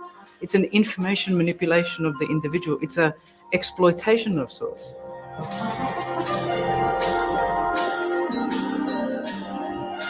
And we also don't grow up in a culture that encourages critical thought or radical thought or really any thought.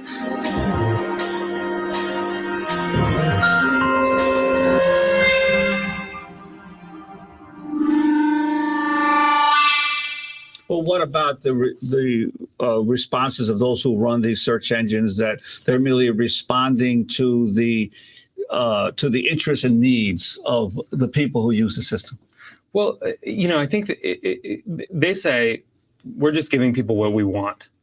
And I say, well, what do you mean by what we want? Because I think actually all of us want a lot of different things. And there's a short-term sort of compulsive self that clicks on the celebrity gossip and the, more trivial articles. And there's a longer term self that wants to be informed about the world and be a good citizen. And those things are in tension all the time. They're we have those two forces inside us, and the best media helps us it helps the long-term self get an edge a little bit. It gives us some information vegetables and some information dessert, and you get a balanced information diet. This is like you're just surrounded by empty calories, by information junk food. Cereal, the colors, the aroma, the fruity taste. You wouldn't ever believe that Facebook is a place to create friends without knowing that there's a whole lot of other motivations around it. I really think that Facebook needs to be focused on building the best experiences for people around the world. That's one of the reasons why people talk about media literacy. That's one of the reasons why we try to teach children that advertising isn't telling you that a certain breakfast cereal is good for you because it's good for you. It's trying to tell you that it's because they want you to buy it, and the chances are it's not good for you because it's full of sugar. That's why it tastes so nice, So the same is true for Facebook then? Well, it's full of sugar and it tastes so nice.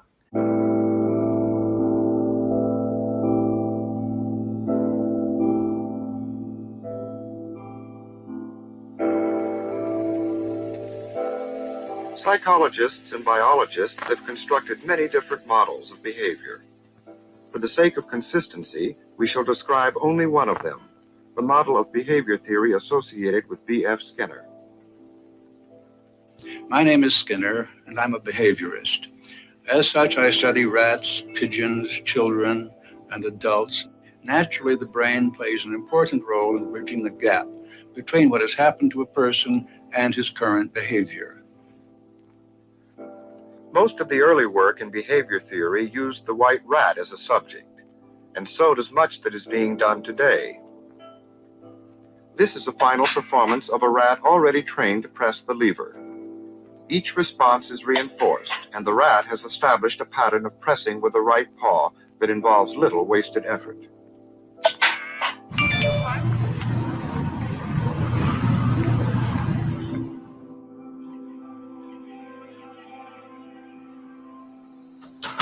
The main thing is what we call schedules of reinforcement. Reinforcement is what the layman calls reward, and you can schedule it so that a reward occurs every now and then when a pigeon does something. We usually use a response with a pigeon pecking a little disc, a little spot on the wall, and you can reinforce with food, but you don't reinforce every time.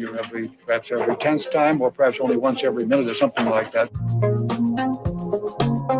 There are a very large number of schedules, and they have their special effects.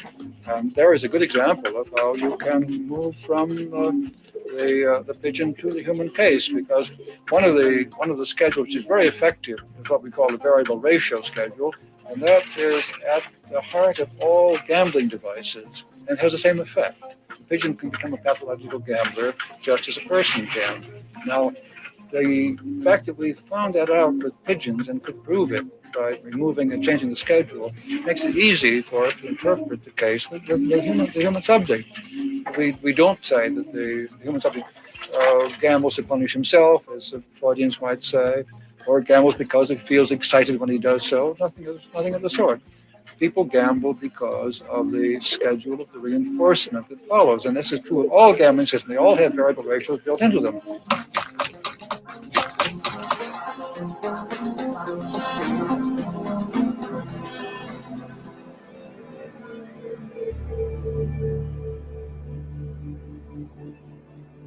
If you're using the metaphor of Las Vegas slot machines, it's one thing for a person to make a choice to get into a car, to drive to a casino, to get out and to play the slot machines there. It's another thing if there's a slot machine baked into or right next to the moment-to-moment choices and thoughts that they have to make. A slot machine is persuasive because it operates on a principle of intermittent variable reward, which means that you pull some lever and sometimes you get an exciting, enticing reward, and other times you don't. And it's exactly when it's unpredictable, when uncertainty is maximized, that people get the largest rush and the largest addictiveness is created when it's a variable reward, an intermittent variable schedule reward. And your phone works the same way. You check your phone and sometimes it's like, oh, I, got a text message from the girl I'm trying to date, or I got, this exciting new TED Talk on my phone or something. And then sometimes you check your phone and it's like nothing, right? And so each time we don't know if we're going to strike gold and win, or, we won't. And it's very persuasive. Every app, every website, every service is competing ultimately for attention. Even if you're building a meditation app, your goal is to hook people so that they meditate every day. They open the app every day. If you're the New York Times, you need people to visit every day. If you're an addictive game or Facebook, you need people to come every day and to stay as long as possible. So everyone is competing for the one finite resource that we all have, which is attention or our time. What's the best way to get attention? It's to be better and better at persuading people, at tapping into more and more of these psychological instincts so that people come back and stay.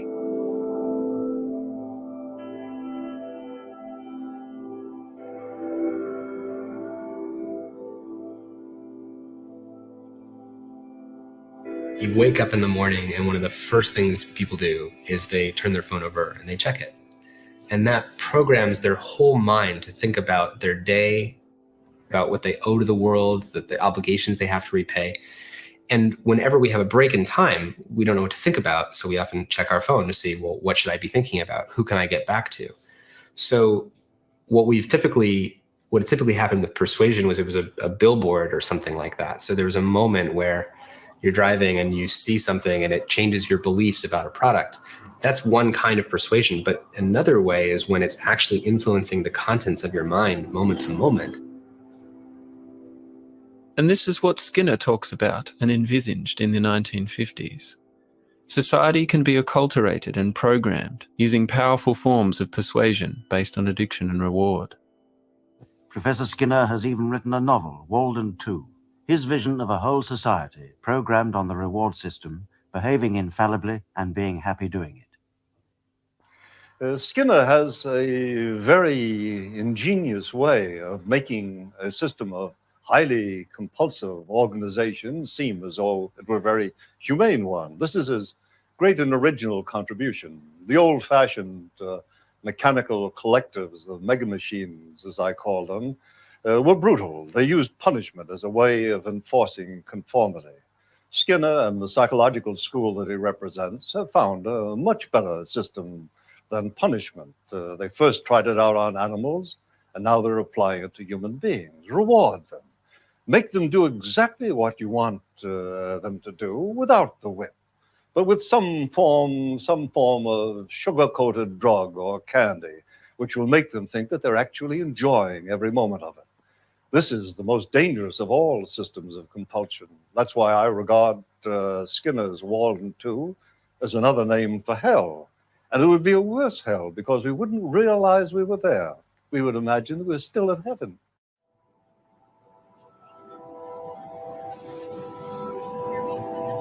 It's all about how do you make your website or your app stickier? How do you retain attention? Right now, it's measured through these little units of time and clicks. And how long do you sit there? And you think about what is the logical sort of end point that they're after here. They are trying to turn everybody into what looks a lot like an addict.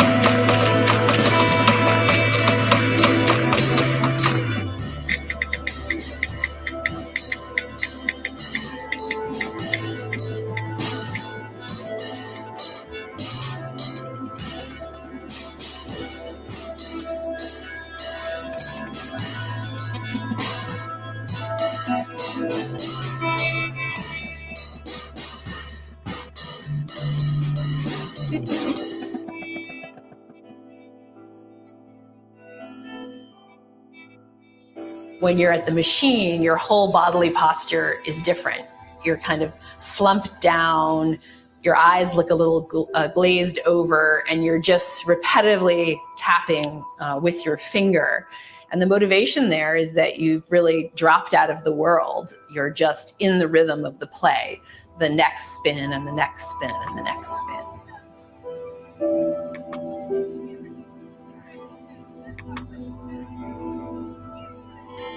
We all have these sorts of experiences today with machines. I think we've all glimpsed the zone, so to speak, whether it's trying to buy something in an eBay auction or playing Candy Crush. It's this sense that you can just keep going and you don't know what the next is going to be. You're on Facebook, you're photo clicking, you don't know what's going to come and you don't know when. An incredibly small, repetitive little loop. And that ludic loop is being used more and more in the world at large, but especially online and websites. This would also be the term gamification that we always hear about. And the idea is that if you create these little slot machine-like loops with rewards and levels and bonuses, you're going to hook people in. And it is true that it has those effects, but also with the collateral damage and the consequences, that there's this little clicking, micro clicking culture, and this sort of corporate value is increasingly coming to be measured in terms of clicks and likes. It's a kind of nano monetization of human experience. If the thought process that went into building these applications, Facebook being the first of them to really understand it, that thought process was all about how do we consume as much of your time and conscious attention as possible. And that means that we need to sort of give you a little dopamine hit every once in a while because someone liked or commented on a photo or a post or whatever. And that's going to get you to contribute more content, and that's going to get you more likes and comments. And it's a social validation feedback loop that it's like it's exactly the kind of thing that a hacker like myself would come up with, because you're exploiting a vulnerability in human psychology. And I think that the inventors, creators, and it's me, it's Mark, it's Kevin Systrom at Instagram, it's all of these people, understood this consciously, and we did it anyway.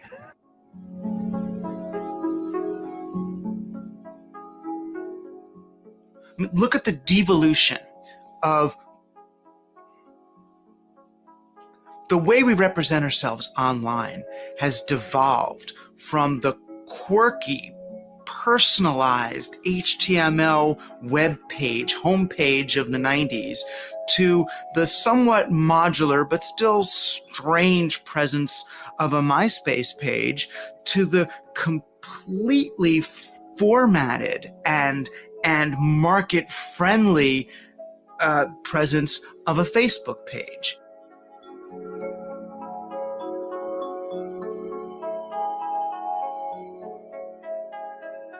What we've done is moved from personal, human, open-ended self-expression to completely market and computer-friendly, regimented and conformist expression. And that's because we've turned the net from a venue for self-expression to a way to render ourselves up onto the market. Hey guys! Hey guys! Hey guys! What's up, guys? Hey guys, what is up? What's up, guys? What's up, you guys? What's going on, you guys? Hey, you guys. Subscribe to my channel. Click here to subscribe. Subscribe. Subscribe! Subscribe. Click the subscribe button.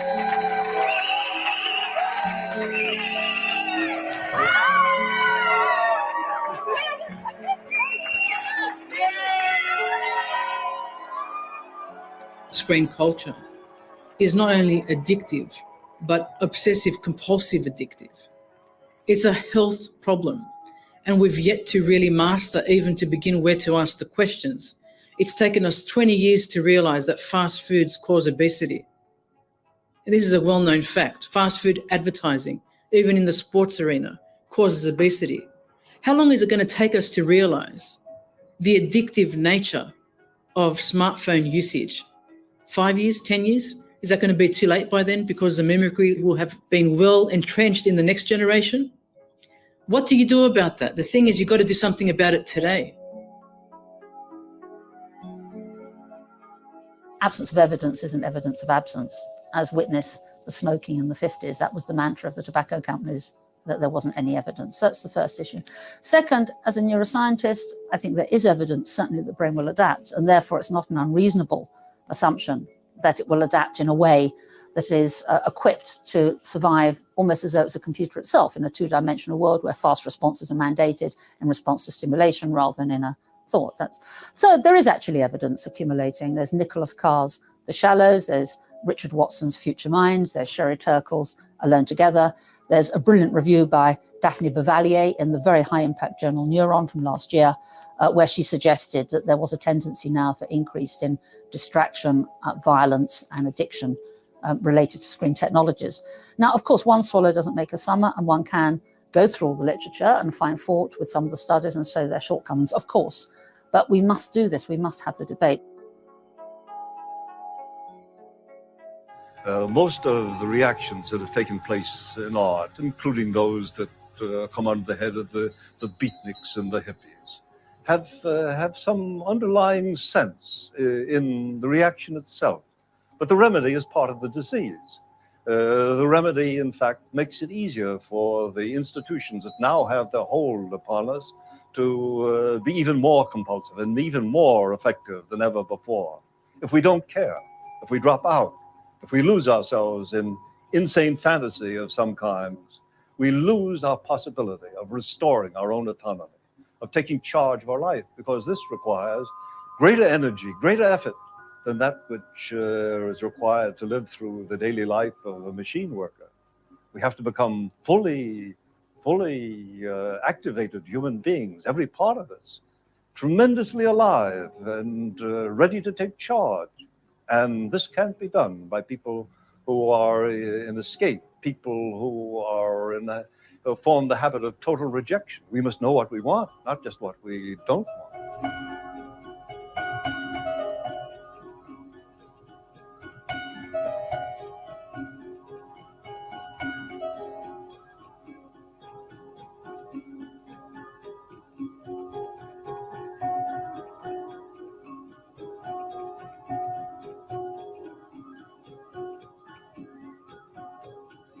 We are sleepwalking into a world that has become over-reliant on technique. Soon, we will not just be talking about the social implications of technology, but about how society has become technology. We, who created the computer, will invite it into our body to govern us, and the machine itself will rule over us. Ladies and gentlemen, I leave you with one final question. Who will control this emerging new smart surveillance infrastructure? And what will be the rights of the controlled?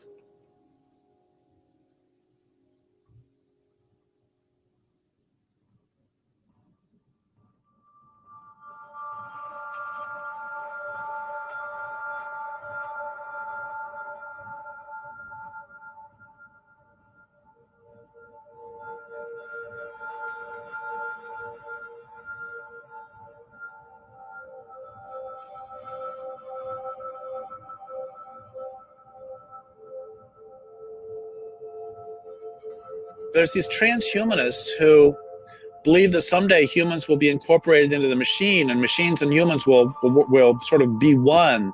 And really what I have to say to them, apart from the fact that they're completely crazy, is that they're way too late and it's already happened. We're already embedded in these machines, and we are enthralled to these machines.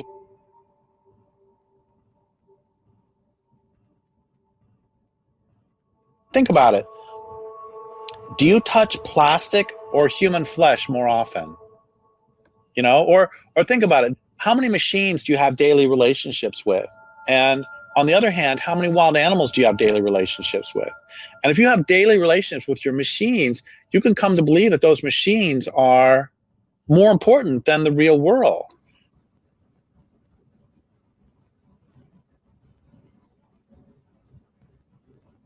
This is what matters. The experience of a product. Will it make life better? You see that? life. All of this on a phone. More people connect face to face on the All my students have the brand new Surface. More that technology can fit into our lives until every idea we touch You should get useful. enhances each life it touches.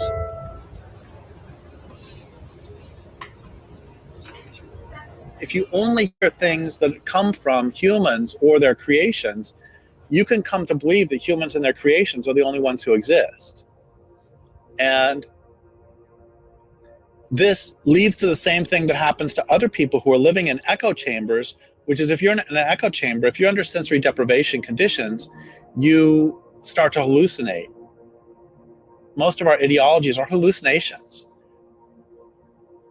Increasingly, the techno-haves are very, very distinct from the techno-have-nots, where some people are on $1 a day with no access to drinking water, and there's other people with Game Boy thumbs and Prozac and Botox and so on.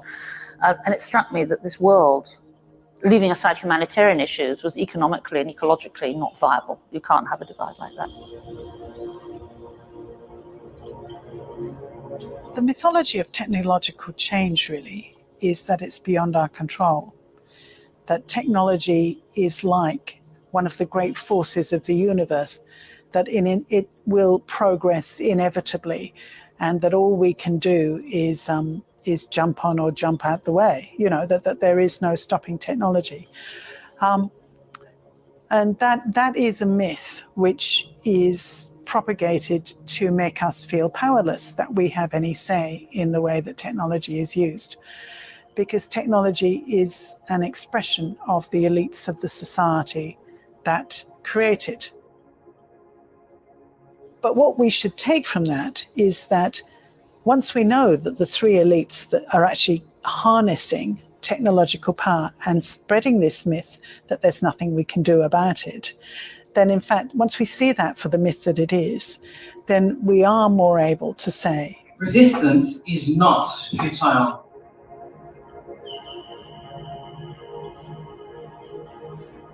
This culture will consume the world in order to power these machines. And, it doesn't require some fiendishly clever conspiracy on the part of machines to do this. What it requires is, I love this line, unquestioned assumptions or unquestioned beliefs are the real authorities of any culture. And all it takes is an unwillingness to question the beliefs on which the system is based. And there's a great line also by Upton Sinclair. It's hard to make a man understand something when his job depends on him not understanding it. And I would say it's hard to make a person understand something when their entitlement depends on them not understanding it. And when their addiction depends on them not understanding it. I think that it's all tied to addiction too. The word addiction actually comes from the same root as to enslave, because originally a judge would issue an edict causing someone to become a slave. And so they were addicted. It's pretty clear, when we talk about people who are heroin addicts or something, it's pretty clear that they are enslaved to the addiction. And it's a little bit less easy to see in ourselves as we spend most of the day staring at a screen. And it's also a bit more difficult to see when we talk about some group of people being addicted to power over others, which is what this culture is really based on.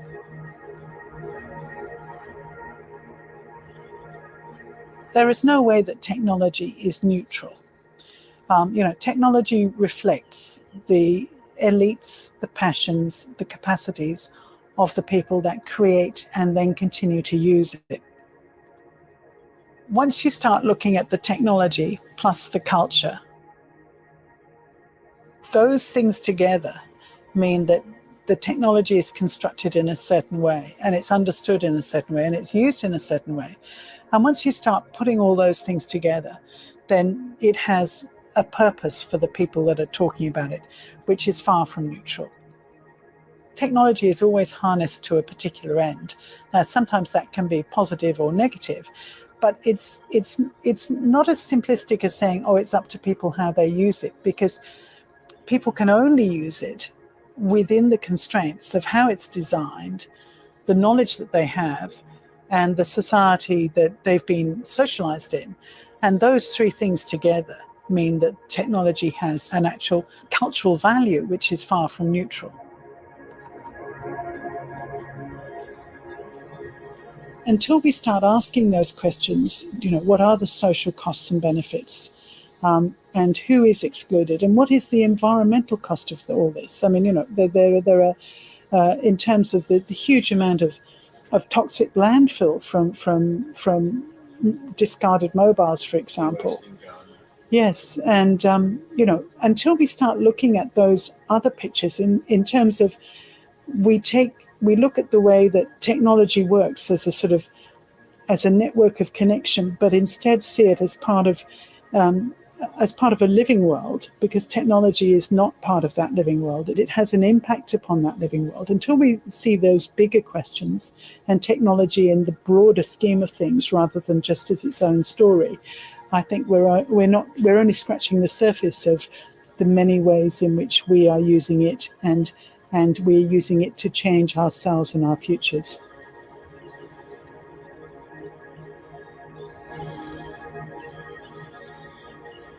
My solution, by the way, is not to say, oh, just everybody turn off their computers. And the reason that's not the answer, yeah, we need to turn off the computers, but that's not the answer. And the reason that's not the answer is because me turning off, we have to recognize at every moment that no matter how much fun I may have playing Left 4 Dead 2 on the computer, or how much fun I may have talking to you, I have to recognize that the computer's primary purpose is, as you said earlier, where it emerged from, is making war and doing commerce. And all this other stuff is just gravy. And the global economy as it is couldn't exist without computers. And I could turn my computer off and it would not stop the destruction of the planet one little bit. What needs to happen is the entire infrastructure, the entire technique surrounding all this needs to be stopped. And it needs to be, it's so highly addictive that I think it needs to be destroyed, because I believe that people are so addicted to it that they won't give it up.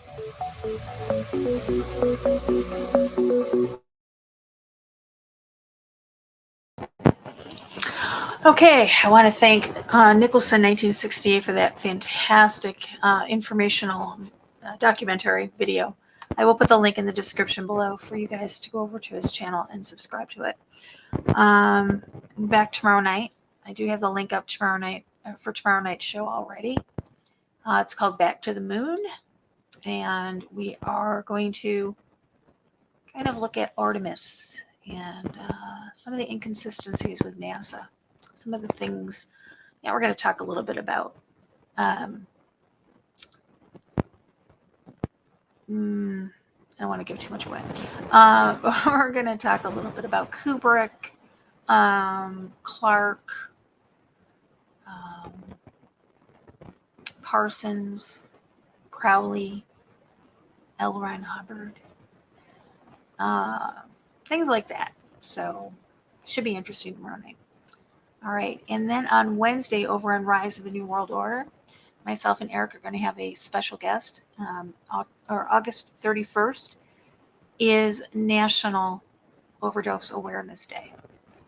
And in the light of a topic that Eric's been covering for a few weeks, we're going to have two special guests over there on Wednesday nights talking about addiction, talking about the road to recovery, and bringing awareness to living life as an addict from the perspective of being in recovery. So we'll see you guys over there then. I want to thank everybody in the chat room. I want to thank anybody for joining us. And we will be back tomorrow night. And remember, guys, what do we always say here? We don't want to spread that spirit of fear because it's not from God. We always tell you, keep your eyes open, no fear.